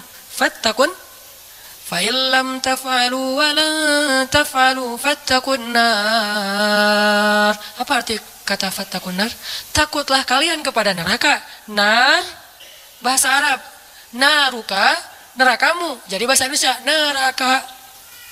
Bahasa Arab yang diserap menjadi bahasa Indonesia. Fattakun nar. Fattakun nar allati u'iddat lil kafirin. Yang disiapkan untuk orang yang kufur. Jadi kalau nggak takut neraka, Allah udah nakut-nakutin di Al-Quran. Seolah-olah kita bilang, nggak takut, gitu kan ya? Gimana tuh sama Allah? Kan agak-agak aneh nih. Nggak takut. Dunia aja kita takut dengan hal-hal yang mengerikan. Gak usah yang benar ya, yang cuma halusinasi aja takut. Setan, hantu, gundurwo, yang gitu-gitulah. Gitu aja bisa bikin kita takut, padahal itu nggak nyata. Nyata nggak sih? Saya belum pernah lihat, alhamdulillah ya. Nggak tahu kalau ngelihat, Ustadz juga kan manusia. Artinya yang nggak nyata-nyata amat aja kita takut. Giliran yang nyata, Allah sendiri suruh kita takut, malah nggak takut. Kan agak klise nih, pasti pola pikirnya nggak menyeluruh nih, belum lengkap, belum utuh. Surga, biasa aja, nggak pengen surga.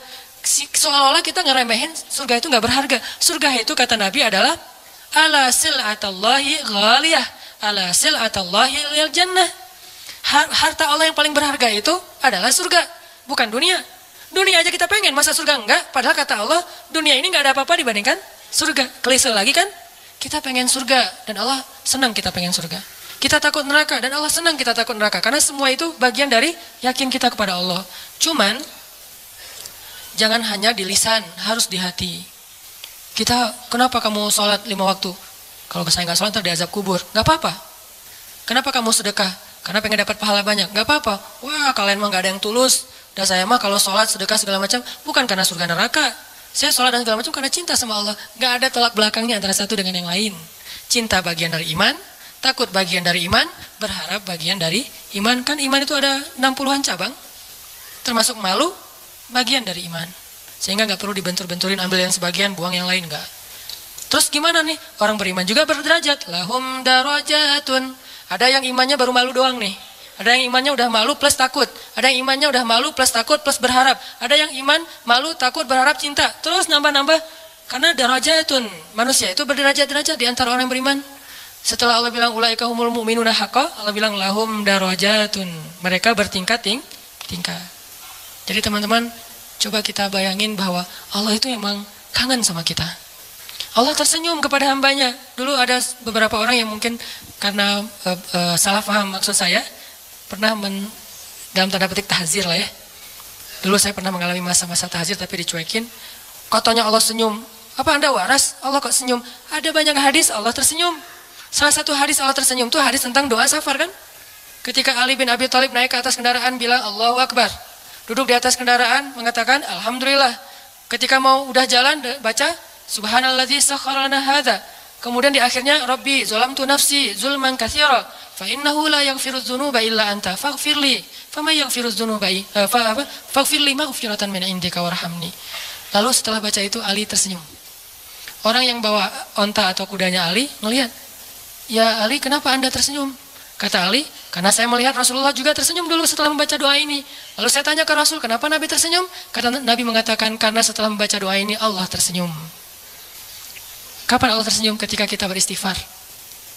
Jadi kalau kita beristighfar teman-teman, Allah senyum. Cuman gimana senyumnya Allah? Laisa kamitslihi syai'. Allah nggak sama dengan makhluk. Cuman kita yakin Allah tersenyum. Gimana bentuk senyumnya nggak usah dibayang-bayangin. Allah senyumnya gini nggak ya? Nggak usah dibayang-bayangin. Allah senyumnya gini atau yang flat tapi banyak kelihatan gigi gitu kan, kayak emoticon gitu. Enggak lah, nggak usah dibayangin. Pokoknya senyum weh. Allah senyum artinya Allah senang. Termasuk kayak ada hambanya yang bertobat, Allah tuh bahagia. Saking bahagianya lebih daripada orang yang ketika dapatin onta yang hilang, terus dia bilang, Allah anta abdi wa ana rabbuk. Ya Allah, engkaulah hambaku dan aku Tuhanmu. Ngomongnya salah saking bahagia. Allah lebih bahagia dari orang itu terhadap orang yang bertobat. Berarti kan Allah emosional ya. Allah itu emosional. Bahagia, marah, senang, cinta, tersenyum, emosional. Cuman emosi Allah itu maha sempurna, gak seperti makhluk. Sehingga kita coba melibatkan emosi kita dalam berinteraksi dengan Allah. Jangan flat lah. Masa kita katanya cinta tapi flat, hambar, kayak plain gitu, kayak jalan tol. Kan gak enak ya? Pernah kenal ada orang yang flat? Sama teman misalnya flat banget tuh. Gak ada ekspresinya, kita kasih hadiah, ya makasih. Gak ada ekspresinya nih orangnya. Terus kalau ada masalah, dia ada masalah, gak ada masalah, ya gitu mukanya tuh. Nyebelin, kayak muka saya. Kenapa ada orang kalau ketemu saya di awal-awal tuh kayak sebel gitu? Karena mungkin muka saya tuh kayak bakatnya nyebelin. Tapi kalau udah kenal enggak lah, ya. Makin nyebelin. Ini ada orang flat banget nih, flat banget. Dia kasih hadiah biasa aja, dapat masalah diledekin juga dia biasa aja. Paling gak enak kalau punya pasangan kayak gini nih. Gak ada ekspresi-ekspresinya. Ada juga yang ekspresinya lebay. Kasih hadiah dikit, wah segala macam. Ada masalah dikit, nangisnya, wah kemana-mana. Misalnya ada yang kayak gitu teh. Nah Allah yang paling ideal perasaannya, yang paling ideal zatnya, yang paling ideal kebaikannya, paling ideal aja pokoknya. Jadi kita coba melibatkan emosi kita ketika kita berinteraksi dengan Allah. Allah kangen sama kita. Cuman kangennya Allah karena pengen ngampuni dosa-dosa kita. Kata Nabi, setiap sepertiga malam Allah turun ke langit dunia.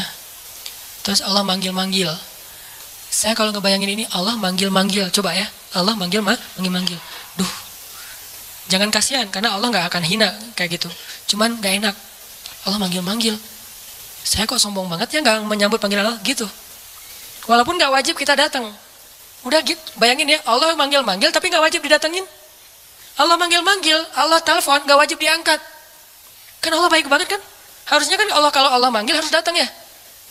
Kayak sholat 5 waktu misalnya Allah panggil, boleh kita misalnya nggak datang segera, walaupun nggak baik. Yang paling baik itu datangnya segera di tempat panggilan itu dikumandangkan. Tapi kalau nggak datang segera juga nggak sampai dosa. Cuman kehilangan banyak kebaikan lah. Walaupun sebagian mazhab mengatakan dosa, tapi saya cenderung kepada mazhab yang mengatakan bukan dosa, sunnah muakkadah. Tapi kalau keseringan nggak datang, diragukan keimanannya, agak-agak mirip munafik nih. Kalau sering nggak datang. Allah tuh toleran banget. Hayya 'alas shalah. Kita lagi sibuk kerjaan nih, nggak datang. Allah nggak marah sama kita. Nggak sholat aja, sebetulnya Allah marah, cuman sabar. Allah selain Jabbar, Qahar, tapi juga Sabur. Ya, kan ideal banget nih. Kalau Allah marah bisa, nggak ada yang bisa ngehalangin, tapi Allah sabar. Kalau kita sabar karena nggak bisa marah.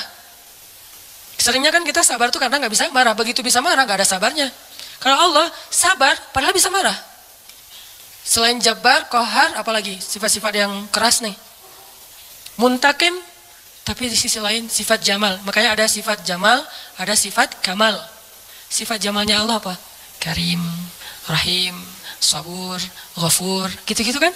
Ini artinya teman-teman, bayangin ya, Allah manggil-manggil kita sepertiga malam. Ngapain sih Allah sepertiga malam repot amat sih datengin kita? Tapi kita nggak wajib datang. Tapi kalau kita datang, Allah sayang banget sama kita. Cuman dari kitanya nih, bukan angle Allah. Kalau angle Allah kita nggak wajib datang. Tapi angle kita, enak nggak sih kalau nggak datang? Enak nggak sih Allah udah manggil-manggil tiap malam terus kita nggak bangkit? Kalau kita bangunnya telat, pas azan subuh baru bangun, ngerasa nggak sih? Aduh Allah maaf ya, bangunnya telat. Gitu nggak sih ke Allah? Karena kita kalau ke makhluk gitu banget loh. Di telepon ternyata miss call 10 kali nggak diangkat, langsung maaf ya, emoticon, segala macam. Minta maaf tuh rasa apa? Tangan diginiin tuh banyak sampai 10 juga. Kok kita ke makhluk gitu, ke Allah enggak? Padahal makhluk itu enggak terlalu berjasa sama kita. Dan Allah mah berjasa dari sejak kita dalam kandungan ibu kita. Bahkan sebelum kita diciptakan. Tapi kita enggak pas bangkit dari tidur. Duh Allah maaf ya, saya bangunnya telat, astagfirullah, gimana nih? Langsung wudhu, datang ke masjid, minta ampun pada Allah. Padahal kita nggak wajib datang. Ini lebih ke ngomongin emosional. Saya nggak ngomongin hukum fikih. Kalau ngomongin hukum fikih agak-agak kaku sih. Makanya di atas hukum itu ada akhlak namanya. Di atas hukum ada akhlak. Orang kalau udah akhlaknya bagus, hukum ini jadi nggak terlalu penting. Mudah ngamalin hukum tuh kalau akhlak moralnya udah kayak orang disiplin. Kan nggak perlu timer lagi kan? Udah disiplin, nggak perlu lagi ketat. Hukum itu dibikin ketat karena orangnya nggak disiplin. Ketika orangnya udah disiplin, udah akhlaknya, moralitasnya, lifestyle-nya udah bagus, hukum nggak terlalu ketat juga nggak masalah. Yang saya pernah cerita tuh di Jepang di baggage claim, baggage belt itu tempat ngambil bagasi, itu nggak ada yang jagain, nggak ada polisi, nggak ada petugas, cuma pakai garis doang. Garisnya juga kecil, nggak pakai pagar segala macam. Kadang-kadang kan udah pakai pagar juga didobrak kan ya. Ini garis, kenapa jadi ringan gitu? Karena orangnya udah bagus moralnya. Berarti di atas hukum ada moralitas, di atas fikih ada akhlak. Apa moral itu, akhlak itu di atas ilmu. Orang punya ilmu tapi nggak berakhlak agak kurang pas. Sehingga ini nih bedanya hukum fikih sama akhlak nih. Anjing hukum fikihnya apa? Anjing hukum fikihnya bukan haram, najis.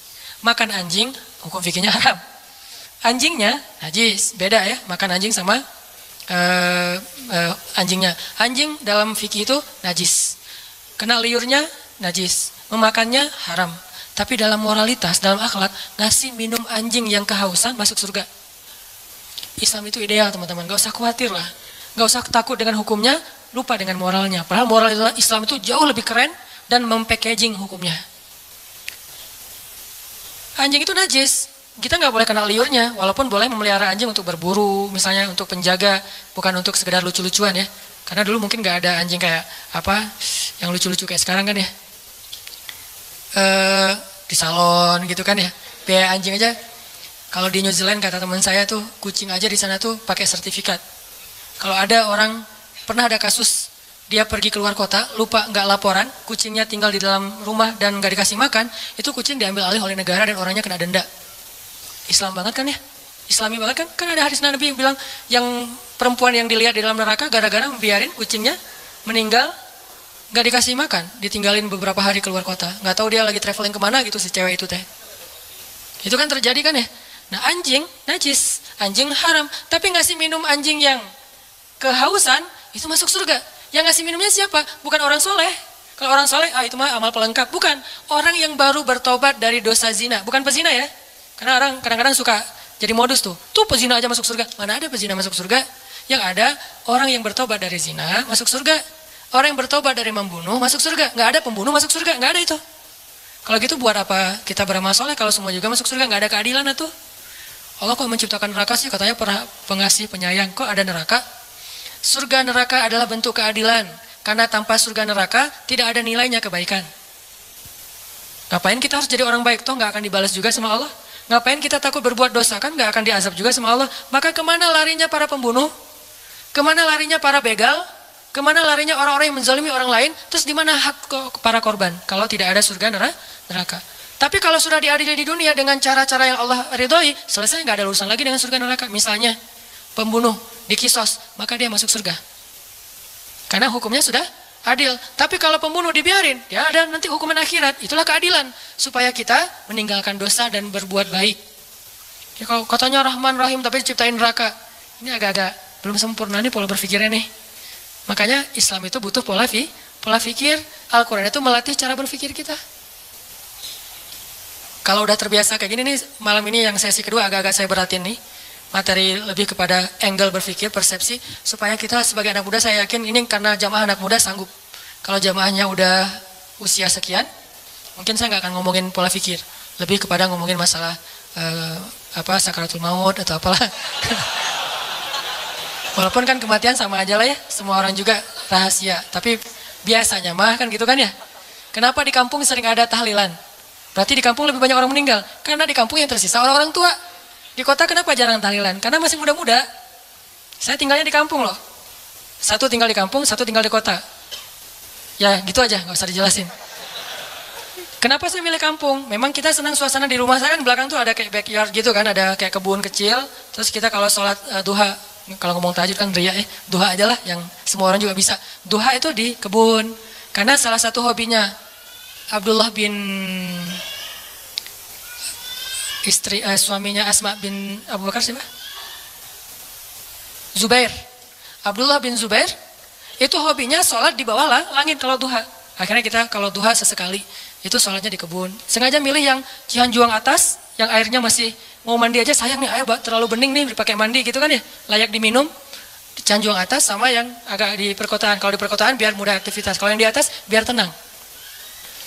Di atas hampir tiap bulan ada kasus orang meninggal. Kenapa? Di kampung. Saya nggak ngambil kompleks, sengaja ngambil kampung. Kalau di bawah jarang ada yang meninggal. Kenapa? Orang anak muda. Walaupun tetap rahasia Allah. Nah karena ini anak muda saya ngomonginnya tentang persepsi, tentang pola pikir, supaya nggak ada lagi muncul istilah, ini mah urusan pribadi saya sama Allah. Nih persepsi nih, opini publik kan? Ini mah urusan pribadi saya sama Allah. Ketika kita menasehati teman kita, kita bukan pengen ikut campur urusan dia. Kecuali kalau kita ikut campur masalah keluarganya. Tapi kalau masalah amal soleh, memang Allah yang nyuruh. Watawasau bil haq, watawasau bisab. Tinggal nasihatinya dengan cara yang baik. Bil hikmah, wal mau'izatil hasanah. Kalau dibantah, wajadilhum billati hiya ahsan. Balas dengan cara yang lebih baik, senyumin aja. Salamun. Bukan berarti kita cuek. Kalau kita nggak nasihatin, manusia itu susah sadar. Jangan tunggu ilham dari langit. Karena kalau datang ilham dari langit berat. Lewat musibah, lewat masalah. Mending dinasihatin teman kita. Jadi bukan urusan pribadi saya sama Tuhan saya. Persepsi. Tadi, kenapa belum berhijab? Yang penting menghijabi hati dulu. Daripada kepala dihijabi tapi hatinya dengki. Gak ada yang menghijabi hati. Menghijabi hati itu gak bagus. Khatamallahu ala qulubihim. Allah menutup hati mereka. Siapa mereka? Orang yang kufur. Jadi yang harusnya menutup kepala, membuka hati. Bukan menutup hati, membuka kepala. Kebalik. Persepsi berpikir kan? Makanya kenapa saya bilang Al-Quran itu nyuruh kita berpikir. Jangan disuruh tutup hatinya. Yang ada, alam nashrah laka sadrak. Dilapangkan, dibuka dadanya biar dapat hidayah. Tapi kepala ditutup semampunya. Belajar mungkin awalnya cuma diikat doang. Lama-lama diikatnya di sini. Lama-lama diikat dililit-lilit. Lama-lama diginiin. Lama-lama naik makin tinggi gitu kan ya. Terserah itu Mas Stella ya. Saya nggak tahu lah fikihnya. Tanya aja sama Ustaz Abdul Somad. Yang jelas bertahap. Yang pasti nih, bukan nutup hati buka kepala, tapi tutup kepala buka hati. Kalau ada orang yang berhijab tapi masih buat dosa, jangan salahkan hijabnya, salahkan orangnya. Ada orang yang sholat tapi korupsi, jangan salahkan sholatnya, salahkan orang yang korupsinya. Dan jangan bilang gini, mending saya nggak sholat dan nggak korupsi. Daripada dia sholat tapi korupsi. Dia sholat dapat pahala, korupsinya dosa. Kamu nggak sholat dosa dan nggak korupsi dapat pahala. Masing-masing kebaikan dan keburukan itu ada bagiannya sendiri-sendiri. Jangan dibentur-benturin. Nggak ada mending-mendingannya. Mending mana nih? Orang yang banyak amal soleh tapi riya dengan orang yang banyak dosa terus dia taubat. Mending mana? Susah mendinginnya ya. Makanya ada yang bilang gini teman-teman. Kadang-kadang salah ngomong mungkin ya. Beberapa penceramah pernah ngomong gini. Lebih baik orang yang banyak dosa lalu bertaubat daripada orang yang banyak amal soleh tapi riya. Benar nggak tuh? Lebih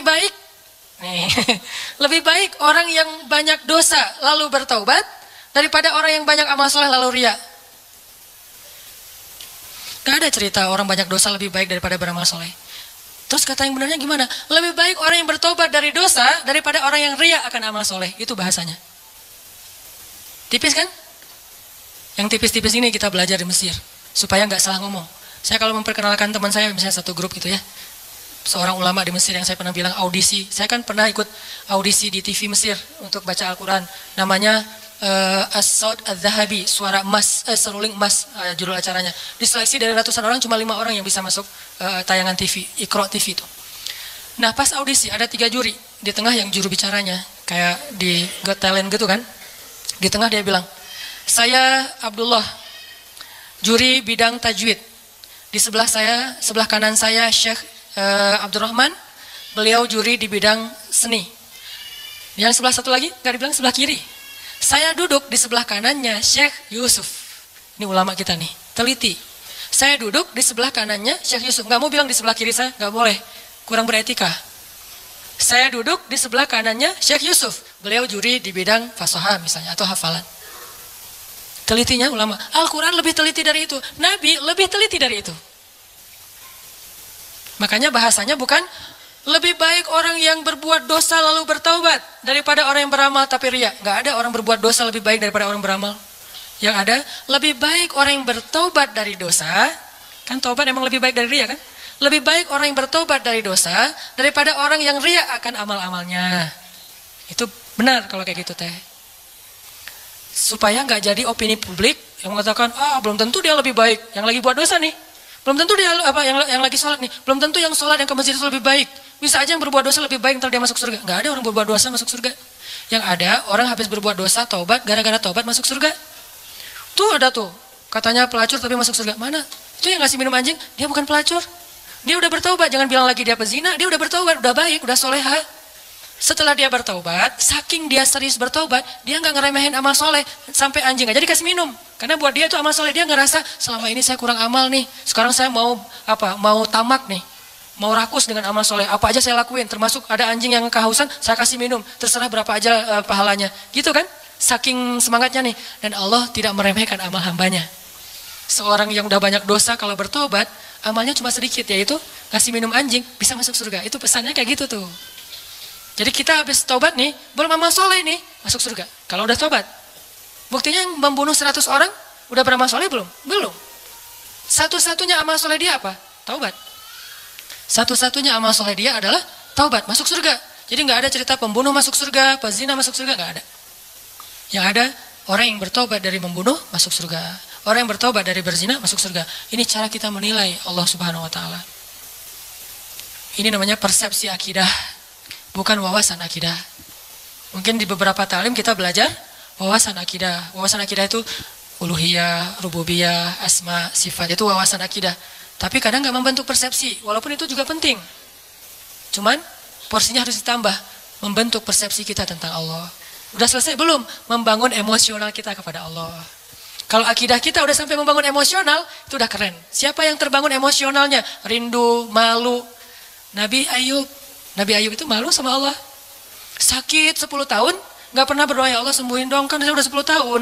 Enggak, kenapa? Malu sama Allah. Kita boleh gak minta doa sembuh? Boleh banget. Karena derajat iman kita kan gak kayak Nabi Ayub. Lagian Nabi kan mengajarkan kita doa tentang sakit, ya Allahumma rabban nas dan seterusnya. Ditanya sama istri Nabi Ayub, ya Nabi Allah, kamu itu kan Nabi kekasih Allah, kalau kamu berdoa pasti Allah mengijabah. Kenapa gak berdoa aja? Nabi Ayub tanya, istriku tercinta, berapa lama selama ini kita dapat nikmat dari Allah? Ya 17 tahun. Berapa lama sudah kita diuji oleh Allah? 10 tahun. Malu saya sama Allah. Baru 10 tahun udah minta. 17 tahun Allah kasih nikmat, gak pernah ngomong-ngomong ke kita. Malu sama Allah. Ini udah emosional. Pertama wawasan, kemudian pola pikir, kemudian emosional. Emosional ini bahasa lainnya adalah yakin, iman di hati. Ini puncak ilmu nih. Makanya kata Nabi apa? Ra'sul hikmah makhafatullah. Puncaknya ilmu ada rasa takut kepada Allah, emosional. Kalau ilmu kita baru sekedar wawasan, terus jadi bahan debat di komen-komen kita, itu baru tahapan pertama dari ilmu, belum sempurna itu. Dan biasanya orang kalau baru-baru puber keislaman, puber hadis sahih, emang kayak gitu. Semuanya dianggap palsu, padahal dia doang yang sahih gitu. Enggak lah. Orang lain juga punya hadis yang sahih, cuman mungkin kita belum pernah baca hadis itu. Orang hadis sahih jumlahnya ada 200.000 yang dihafal Al-Bukhari. Dan kita mah dari dulu tahunya cuma innamal a'malu binniyat. Gimana kita bilang, oh nggak ada itu. Jangan bilang nggak ada, saya nggak tahu itu. Bisa aja ada, sayanya nggak tahu kan. Makanya kalau ada yang nanya ke saya, Ustadz, ini ada hadisnya nggak? Nggak tahu. Saya nggak akan bilang, nggak ada tuh, nggak berani saya. Kecuali saya udah menghafal hadis sebanyak Imam Ahmad. Berapa hafalan hadis Imam Ahmad? 1 juta. Baru boleh bilang nggak ada. Tapi Imam Ahmad juga nggak bilang nggak ada. Bilangnya saya nggak tahu. Tanya aja ke yang ngamalin, dia tahu nggak hadisnya? Misalnya nih, ada yang tanya, Ustadz ada nggak sholat tasbih ke saya nih? Saya bilang, nggak tahu hadisnya. Tanya deh ke Ustadz yang pernah ceramah tentang sholat tasbih. Ustadz, kan Ustadz pernah ceramah sholat tasbih, apa hadisnya? Gitu caranya. Jangan kita nggak tahu hadisnya, bilang, nggak ada itu hadis sholat tasbih. Tanya dulu ke orangnya, siapa tahu ada. Kalau ada, nanti katanya sahih. Enggak, kata Ustadz itu dhaif. Nah, ulama juga tentang hadis sahih dan dhaif berbeda pendapat. Ada ulama bilang ini dhaif, yang ini bilang sahih. Kecuali hadis palsu itu nggak ada beda pendapat. Kalau dhaif mah ada beda pendapat, hasan, dhaif, sahih. Kalau mutawatir insya Allah nggak ada beda pendapat. Ini artinya emosional, malu ke Allah, nggak enak ke Allah, kayak Nabi Muhammad SAW tuh, nggak enak sama Allah kalau nggak bangun tahajud. Sampai sholatnya getol banget. Sampai apa ya? Kelihatan kakinya itu udah keras gara-gara sering tahiyat. Ini beliau hitam gara-gara sering sujud. Makanya saya nutup, nggak mau riak. Nggak ada juga. Nah ini Nabi segitu-gitu amat tuh sholatnya. Ditanya sama istrinya, dalam riwayat yang lain ditanya sama Abdullah bin Mas'ud, kenapa gitu-gitu amat? Saya pengen bersyukur kepada Allah. Maksudnya gak enak sama Allah, dari kasih nikmat banyak masih ibadahnya biasa-biasa aja gitu. Wawasan, persepsi, emosional. Kalau kita udah sampai punya rindu ke Allah, udah kuat nih, udah level 3. Kalau baru sekedar faham Allah, level 2. Kalau cuma tahu Allah, level 1. Kalau nggak sama sekali, ini bermasalah nih. Yuk kita belajar kalau gitu. Kadang-kadang nggak level 1, dia nggak terlalu tahu tentang Allah, tapi langsung punya emosional. Ada yang kayak gitu, kayak Bilal tuh. Bilal tuh nggak ngerti ayat-ayat tentang tauhid secara detail kayak Ibnu Abbas, tapi dia langsung yakin sama Allah. Ada yang kayak gitu. Makanya tempatnya ilmu di dalam hati, tempatnya hafalan di dalam kepala. Kata ulama, lahum qulubun la yafqahuna biha. Mereka punya hati tapi nggak ngerti. Jadi teman-teman, Allah aja kangen sama kita. Ini ngomongin emosinya Allah ya. Saya nggak ngomongin tentang zatnya, nggak ngomongin tentang wawasannya, ngomongin tentang emosinya Allah. Allah kangen loh sama kita. Bukti Allah kangen, setiap malam didatengin. Setiap malam Allah manggil-manggil, hai hambaku, qul ya ibadiyalladzina asrafu ala anfusihim. Mana hamba-hambaku? Allah tanya kita hamba. Allah manggil kita hamba, padahal banyak dosa. Harusnya Allah bilang, qul ya usad, wahai para pendosa. Kan bisa gitu kan? Atau qul ya ayyuhan nas, wahai manusia. Tapi Allah enggak, qul ya ibadi, wahai hamba-hambaku. Hamba-hamba itu kayak ibu manggil kita anakku gitu. Kita udah sering, ibu kita nelpon ya, ibu kita nelpon, kita reject, alasannya lagi kuliah. Ibu kita nelpon, kita reject, alasannya lagi di jalan. Ibu kita nelpon, kita reject, alasannya lagi malam mingguan. Ibu kita nelpon, kita reject, alasannya lagi ngobrol sama teman di kafe. Ibu kita nelpon, kita reject, alasannya lagi mau ujian. Mau ujian aja ibu gak boleh nelpon, saking disiplinnya.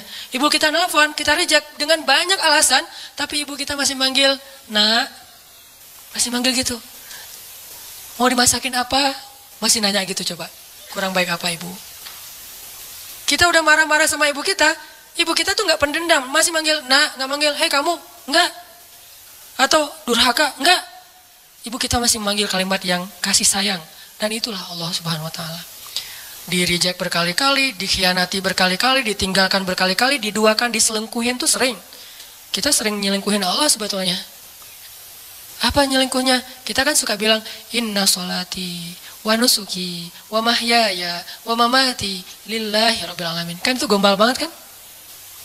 Sesungguhnya sholat saya, kurban saya, sholati wa nusuki, hidup saya, mati saya, semuanya untuk Allah Subhanahu Wa Taala. Semuanya untuk kamu, iya kamu, gitu kan? Ngomong ke Allah kan manis banget nih. Pada kenyataannya, kita ngomong ke pasangan kita juga gitu. Aku gak bisa hidup tanpa kamu. Allah ngelihat, gitu kan ya? Kalau bahasa kita mah ya. Tapi Allah masih manggil hambaku gitu. Enggak, dasar lo emang gombal, habisin aja. Enggak, Allah tuh padahal bisa banget kayak gitu, coba. Enggak. Coba kalau pasangan kita digituin. Gombal setinggi langit. Ternyata enggak kayak gitu. Kan kecewa kan? Allah enggak kecewa. Walaupun Allah lebih berhak untuk kecewa. Kangen Allah sama kita. Pertanyaannya, kita kangen gak sama Allah? Habis sholat zuhur, sejam kemudian, jam berapa sekarang? Kok baru jam 2 ya? Pernah gak gitu? Kok baru jam 2 ya? Emang kenapa? Kangen asar Pernah gak kayak gitu tuh? Kalau gak pernah, terlalu emang kita mah. Gak fair sama Allah. Kalau sama yang lain kan gitu. Sama dia coba. Baru aja semalaman nelfon dari jam 11 sampai subuh telepon. Duha telepon lagi. Padahal kan udah tidur. Karena semalaman gak tidur kan ya? Yang kok gak diangkat telepon aku? Kan tidur, semalaman kamu ganggu, gak bisa tidur. Ini kita ke manusia bisa gitu banget. Pengen ketemu sering, pengen nelfon sering, pengen di Skype, pengen video call gitu teh. Kenapa? Kangen. Ke Allah gak gitu. Begitu habis salat Isya, langsung nyiapin baju di depan tempat tidur. Baju yang agak rapi, parfum, sarung, peci. Tergantung style ya. Ada yang modelnya gitu, ada yang modelnya jubah, sorban, ada yang modelnya flanel, jeans. Pokoknya terserah deh mau gaya apa aja, yang penting baju kesukaan kita nih. Kita siapin di meja di dekat tempat tidur. Apaan sih itu? Ini baju untuk nanti malam having that. Untuk dating, ke siapa? Ke Allah. Pernah nggak kayak gitu? Saya juga belum. Ini lagi menasehati diri sendiri nih ya. Nggak gitu-gitu amat. Kita bangun malam tuh karena kaget sama suara klakson mungkin, atau suara anjing di depan rumah, atau suara siapa. Justru yang paling cepat bikin kita bangun tuh miss call dari dia, karena ringtone-nya tuh beda. Berarti kan kita nyelingkuhin Allah kan? Kalau yang lain telepon biasanya tret, kalau dia telepon tuh lagu Korea. Kalau udah keluar suara lagu Korea langsung melek. Langsung halo, tiba-tiba lembut. Nah, biasanya ngomong sama temannya nggak gitu ya. Halo, kenapa? Gitu coba ngomongnya. Giliran ke Allah nggak gitu. Kan nggak fair. Ini coba nanya ke diri kita masing-masing. Istafti qalbak, tanya hatimu, kata Nabi.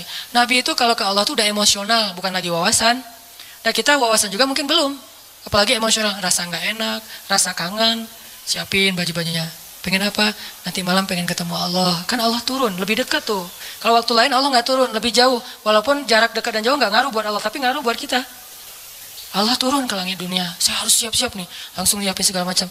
Terus sebelum itu bilang, ya Allah jangan lupa telepon saya ya. Karena Allah manggilkannya banyak nih hamba-hambanya. Kita pengen dikhususin. Ya Allah jangan lupa telepon saya. Maksudnya apa? Allah nelpon kita tuh kemana? Ke hati kita. Diketuk hati kita supaya bangun.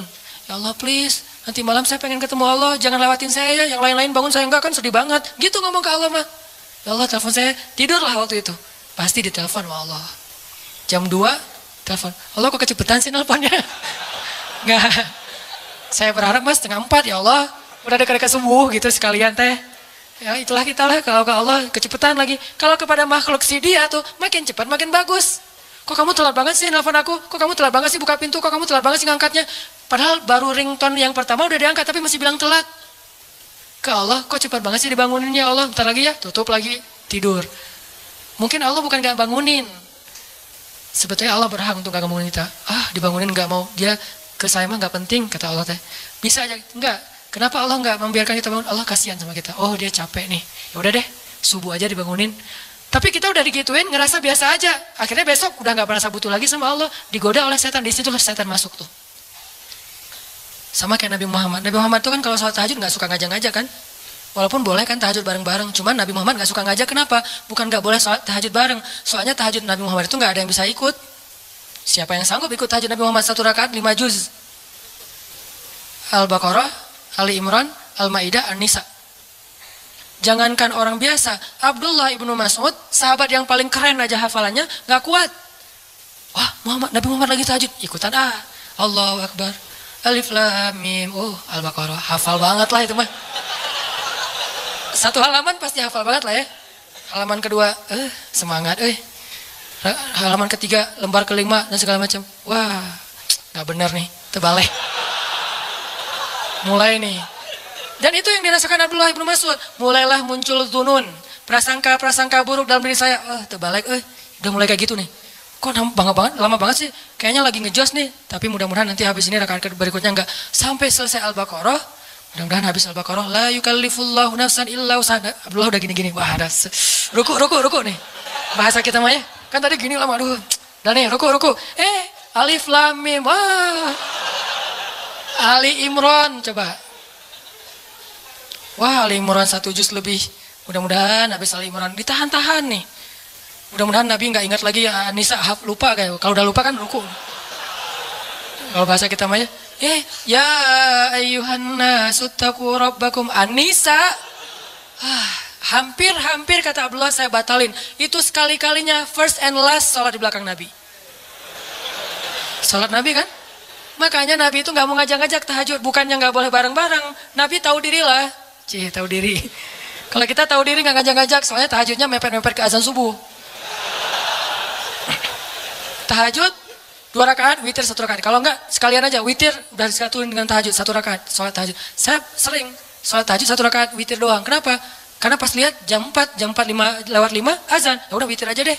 Saking nggak solehnya. Nabi saking solehnya nggak berani ngajak orang. Ini juga kedewasaan Nabi nih.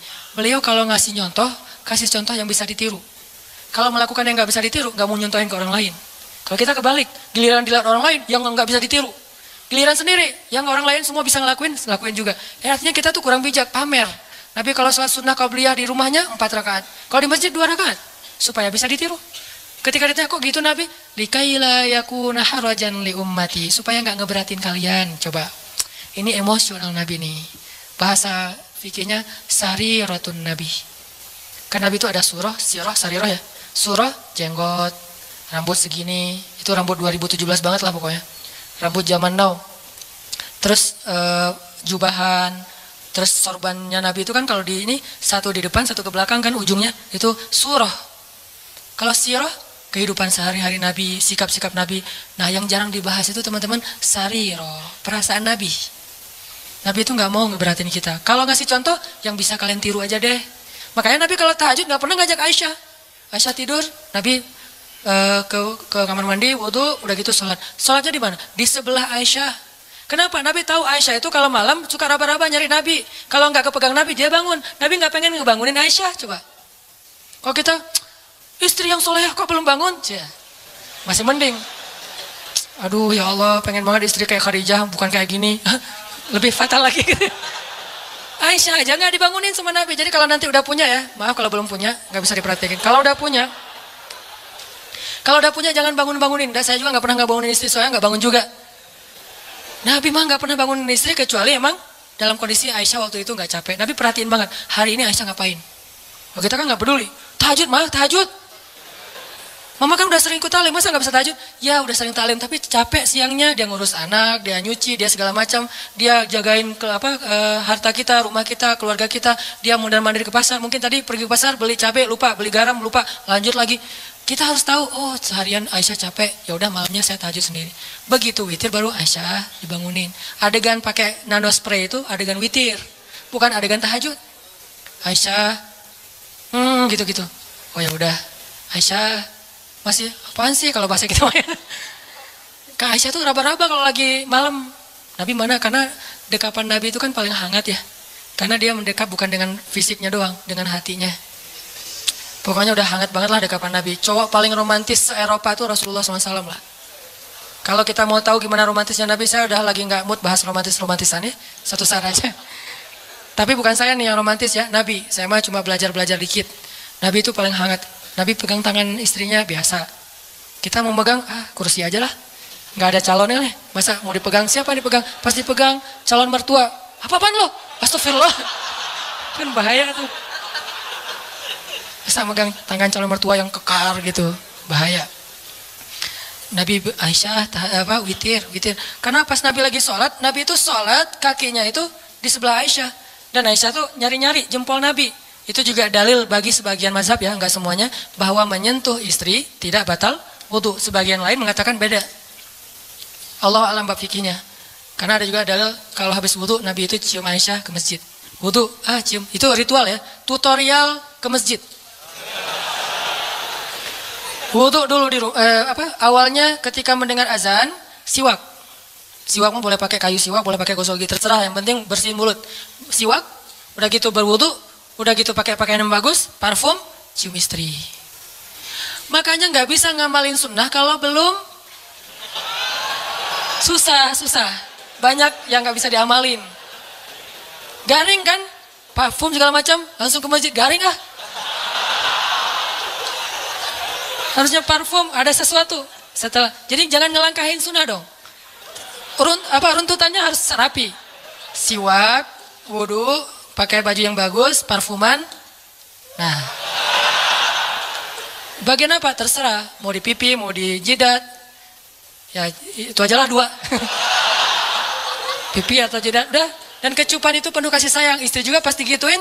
Itu kayak mentransfer amal soleh ya. Mentransfer kebaikan. Istri langsung pasti gituin. Oh iya ya, sholat. Jadi jangan bilang, ma sholat. Enggak, wudu, parfum, cium. Oh tanda udah waktunya sholat. Kan keren banget ya alarmnya ya. Jangan pakai alarm, ma sholat, ma udah azan. Jangan, nggak keren, terlalu mainstream. Alarm sholat dari suami ke istri itu adalah kecupan. Kalau di kantor gimana Ustaz? Kirim aja emoticon kecupan. Jadi kalau udah jam 12, muncul tuh emoticon kecupan. Oh, waktu sholat. Kan keren ya? Sunnah banget lah itu. Makanya ngelihat sunnah itu dari angle kekinian. Biar lebih bisa praktekinnya agak-agak nyaman gitu. Ini ternyata, tadi ngomong kenapa jadi kesini? Susah dibendung Intinya mah ada sariroh. Nabi itu perasaannya luar biasa. Makanya Nabi pas lagi sholat jempolnya di dekat Aisyah. Aisyah tidur kan, tidurnya mereka di bawah ya, kayak orang Jepang gitu, nggak pakai spring bed segala macam. Di bawah tidurnya karena memang sederhana. Aisyah pas lagi tidur cari-cari jempol Nabi. Oh ada jempolnya, Nabi sholat. Kalau kita pas dijempolin gitu, sok-sok khusyuk gitu, nggak boleh disentuh makhluk. Ini saya lagi menghadap Allah, makhluk minggir. Allahu Akbar. Nggak gitu-gitu amat lah, sholat mah. Sholat juga tetap romantis. Sholat jempolnya dipegangin. Itu sholat romantis tuh teh. Jangan mentang-mentang udah sholat jadi kaku. Makanya orang kalau beragama jangan jadi kaku. Justru harusnya jadi rahmah. Makin ngerti agama makin rahmah. Jangan makin ngerti agama makin kaku, makin strike. Jangan, kebalik. Kenapa ada kesan orang makin belajar ilmu agama makin gampang galak? Berarti kita nggak belajar sarirah Nabi, perasaan Nabi. Cuman belajar sirah atau surah mungkin. Harusnya makin belajar agama makin ngademin. Disentuh jempolnya biarin aja. Sujud. Pas sujud didatengin cucunya atau anaknya naik ke atas pundak Nabi. Nabi sujudnya dilama-lamain. Kenapa? Gak mau ganggu anak kecil yang lagi main di atas pundak beliau. Coba. Ternyata dalam ibadah juga ada akhlak. Jangan berpikir ketika beribadah akhlaknya dibuang. Enggak. Dalam ibadah aja pakai akhlak. Apakah kalau kayak gitu kita menduakan Allah? Enggak. Allah senang dengan hamba yang kayak gitu. Allah tuh gak egois. Yang kalau menghadap Allah makhluk minggir. Enggak. Dilama-lamain sama Nabi. Kenapa? Cucunya masih main. Atau anaknya masih main. Begitu anaknya turun, baru Allahu Akbar. Sampai saking lamanya, sahabat jadi nanya ke Nabi. Walaupun gak ada yang noong gitu. Apaan sih Nabi? Enggak. Kan kadang kalau kita mah kelamaan, jangan-jangan imamnya meninggal nih. Enggak. Kan ada yang meninggalnya husnul khotimah gitu kan. Lagi sholat, husnul khotimah meninggal. Nih imam soleh banget sih meninggal lagi sholat. Nih gimana dengan kita nih? Enggak. Mereka husnuzon. Cuman agak penasaran, kepo gitu. Kenapa Nabi sholatnya lama banget ya sujudnya? Pas sudah selesai sholat nanya, ya Rasulullah, kenapa lama banget sujudnya? Tadi anak-anak saya itu naik ke atas, cucu saya itu naik ke atas pundak dan saya tidak ingin mengganggu mereka. Kita, begitu anak naik ke atas pundak, ya Allah ujian nih makhluk nih. Mana akhlak? Jangan gitu sama anak-anak kita, biarin aja. Terus gimana dengan makmum Ustaz? Makmumnya kan istri kita sendiri. Makanya kalau makmum ngelihat kayak gitu, anaknya biarin aja. Di situ kita belajar sujud yang lama. Naik, kalau nggak turun-turun juga Ustaz, ya udah. Kalau yang ternyata harus bangkit juga, bangkit pelan-pelan. Bukan bangkitnya sampai terbang. Terbang ke pintu gitu. Wah, kekerasan anak ya, ini bisa dilaporin nanti. Makanya Nabi pelan bangkit. Lagi sujud kan suka-suka, kadang-kadang ada yang model mazhabnya tuh, ini gini kan ya. Karena istri saya ada yang tahiyatnya gini, ada yang gini. Maaf. Tahiyat aja pokoknya lah. Yang gini nih, kalau dia lagi tahiyat, dia gini, anak saya pasti nangkep tuh. Pas ngelihat ibunya gini, dipegangin sama anak saya. Takut lepas kali ya. Ini dipegangin. Ini alhamdulillah ya, mazhab kita macam-macam. Kalau saya mah tergantung. Kalau lagi gini-gini, kalau lagi kan tahu fikih ya, bukan karena ikut istri, tahu fikih. Yang ibunya kayak gini, tangkap sama anak kita. Mah, kenapa sih sholatnya kayak gitu banget? Nggak pegal apa? Diajarin. Kalau yang satu diam aja gini, santai. Jadi ada yang enjoy, ada yang maksimal. Tergantung mazhab. Buat saya semua mazhab selama ahlus sunnah wal jamaah respect. Nggak boleh menjudge, respect each other. Mau NU mau Muhammadiyah terserah lah. Orang mertua saya ada yang NU, ayah saya Muhammadiyah, saya galau gitu. Mau yang mana nih? Ya udah deh, kalau ke Jawa Timur NU, kalau ke sana Muhammadiyah, di sana ikut tahlilan, kalau di sini nggak pakai tahlilan, menghormati. Lagian bukan bab yang usul. Ternyata Nabi pernah sholat, lagi sholat, terus ada anak kecil nangis di belakang, langsung buru-buru sholatnya. Bayangin, sholat ikut kondisi manusia. Ada anak kecil nangis di shaf ibu-ibu, Nabi sholatnya lebih cepat dari biasanya. Saking cepatnya, sahabat nanya. Karena kalau nggak mengherankan, sahabat nggak akan nanya. Ya Rasul, kenapa kok buru-buru? Apa yang terjadi? Kata Nabi lagi sholat, tadi aku pengen baca ayat yang agak panjang. Tapi mendengar anak kecil nangis, aku khawatir merepotkan ibunya, makanya dipercepat. Lihat akhlak, sarirah Nabi. Perasaan nggak enak Nabi itu tinggi loh. Kita kadang-kadang nggak peduli perasaan orang lain, asal ngomong aja. Modelnya cuma satu, balighu anni walau ayat, sampaikan dariku walaupun cuma satu ayat. Itu cuma satu hadis. Masih banyak hadis yang lain suruh jaga perasaan. Emosional. Kangen gak sama Allah? Kangen gak sama Nabi? Dan Nabi juga kangen sama kita. Kalau belum kangen, kita harus banyak istighfar, minta sama Allah, ya Allah, bikin saya kangen dong. Karena kangen sama Allah tuh pasti indah banget. Sama kayak kita kangen dengan orang tua tuh indah banget. Saya selama di Mesir itu kangen sama orang tua, pengen pulang gak punya duit. Ada duit sekali, boros. Habis, mau pulang. Pas mau pulang tuh pas habis duit biasanya. Kalau lagi banyak duit gak pengen pulang. Kan masalah kita gitu kan ya. Ke Allah juga gitu kan. Kalau lagi banyak masalah baru kangen sama Allah. Kalau lagi nggak banyak masalah, nggak kangen sama Allah. Gitu juga ke orang tua. Giliran banyak masalah, saya kangen ibu. Sama kayak sekarang kalau lagi ada masalah, saya suka bilang, "Mak, kangen sama emak. Pengen pulang ke Aceh." Kenapa? Lagi banyak masalah. Tapi kalau nggak lagi banyak masalah, nggak kangen. Ini manusiawi banget nih. Makanya coba belajar kangen sama Allah. Kalau udah dapat kangen, indah banget tuh. Kalau kangen kepada manusia, kadang-kadang agak emang ngeganggu sih. Apalagi kalau LDRan kan ganggu banget ya. Tapi kalau kangen sama Allah, gimana pun LDRan, kan Allah dengan kita kan LDRan nih. Jauh di langit sama di bumi. Tapi Allah bisa datang di detik itu juga. Ini qarib. Caranya gimana? Telepon aja. Wa idza sa'alaka ibadi anni, langsung ini qarib. Seolah-olah Allah ngomong gini, kan kita tuh jauhan ya hambaku, tapi kalau kamu telepon aku langsung datang seketika itu juga. Gitu maksudnya. Wa idza sa'alaka ibadi anni fa inni qarib, itu maksudnya apa? Wahai hambaku, jarak kita emang jauh, kamu di bumi, aku di langit. Tapi kalau kamu telepon aku nih, nanya tentang aku langsung ada di dekat kamu. Allah langsung pulang dalam bahasa kita. Yuk kita belajar kangen sama Allah. Kadang-kadang kangennya harus dipaksain dulu, nggak natural. Kayak tadi nyiapin baju-baju tahajud, nyiapin OOTD buat duha gitu ya. Agak-agak dipaksain awalnya, nggak apa-apa, biarin aja. Lama-lama nanti muncul. Nggak bisa natural banget, harus ada semacam settingan dulu di awalnya. Sama-sama kita belajar, banyak hal yang malam ini kita bisa petik hikmahnya, termasuk tadi sariratun Nabi, termasuk tadi nikmat Allah yang kita nggak tahu, padahal banyak ya. Mudah-mudahan semua ini jadi kebaikan dalam kehidupan kita sehari-hari.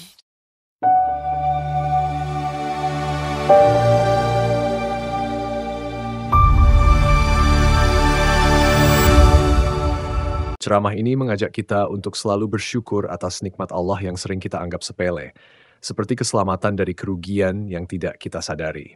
Kita juga diajak memahami bahwa Allah sangat sayang kepada hamba-Nya, bahkan merindukan kita dengan memberikan ujian agar kita kembali dekat kepadanya. Dalam ceramah ini dijelaskan bahwa nikmat dunia hanya sementara, dan Allah memberikan lebih kepada orang beriman di akhirat. Kita diingatkan akan pentingnya melibatkan emosi dan cinta kepada Allah dalam ibadah, serta belajar dari akhlak dan perasaan Nabi Muhammad yang penuh kasih sayang dan kepedulian terhadap orang lain, bahkan dalam hal kecil seperti menyesuaikan lama salat demi tidak merepotkan orang lain. Ceramah ini mengajak kita untuk selalu mengingat Allah dalam setiap kesempatan dan menghargai kebaikannya yang tanpa batas.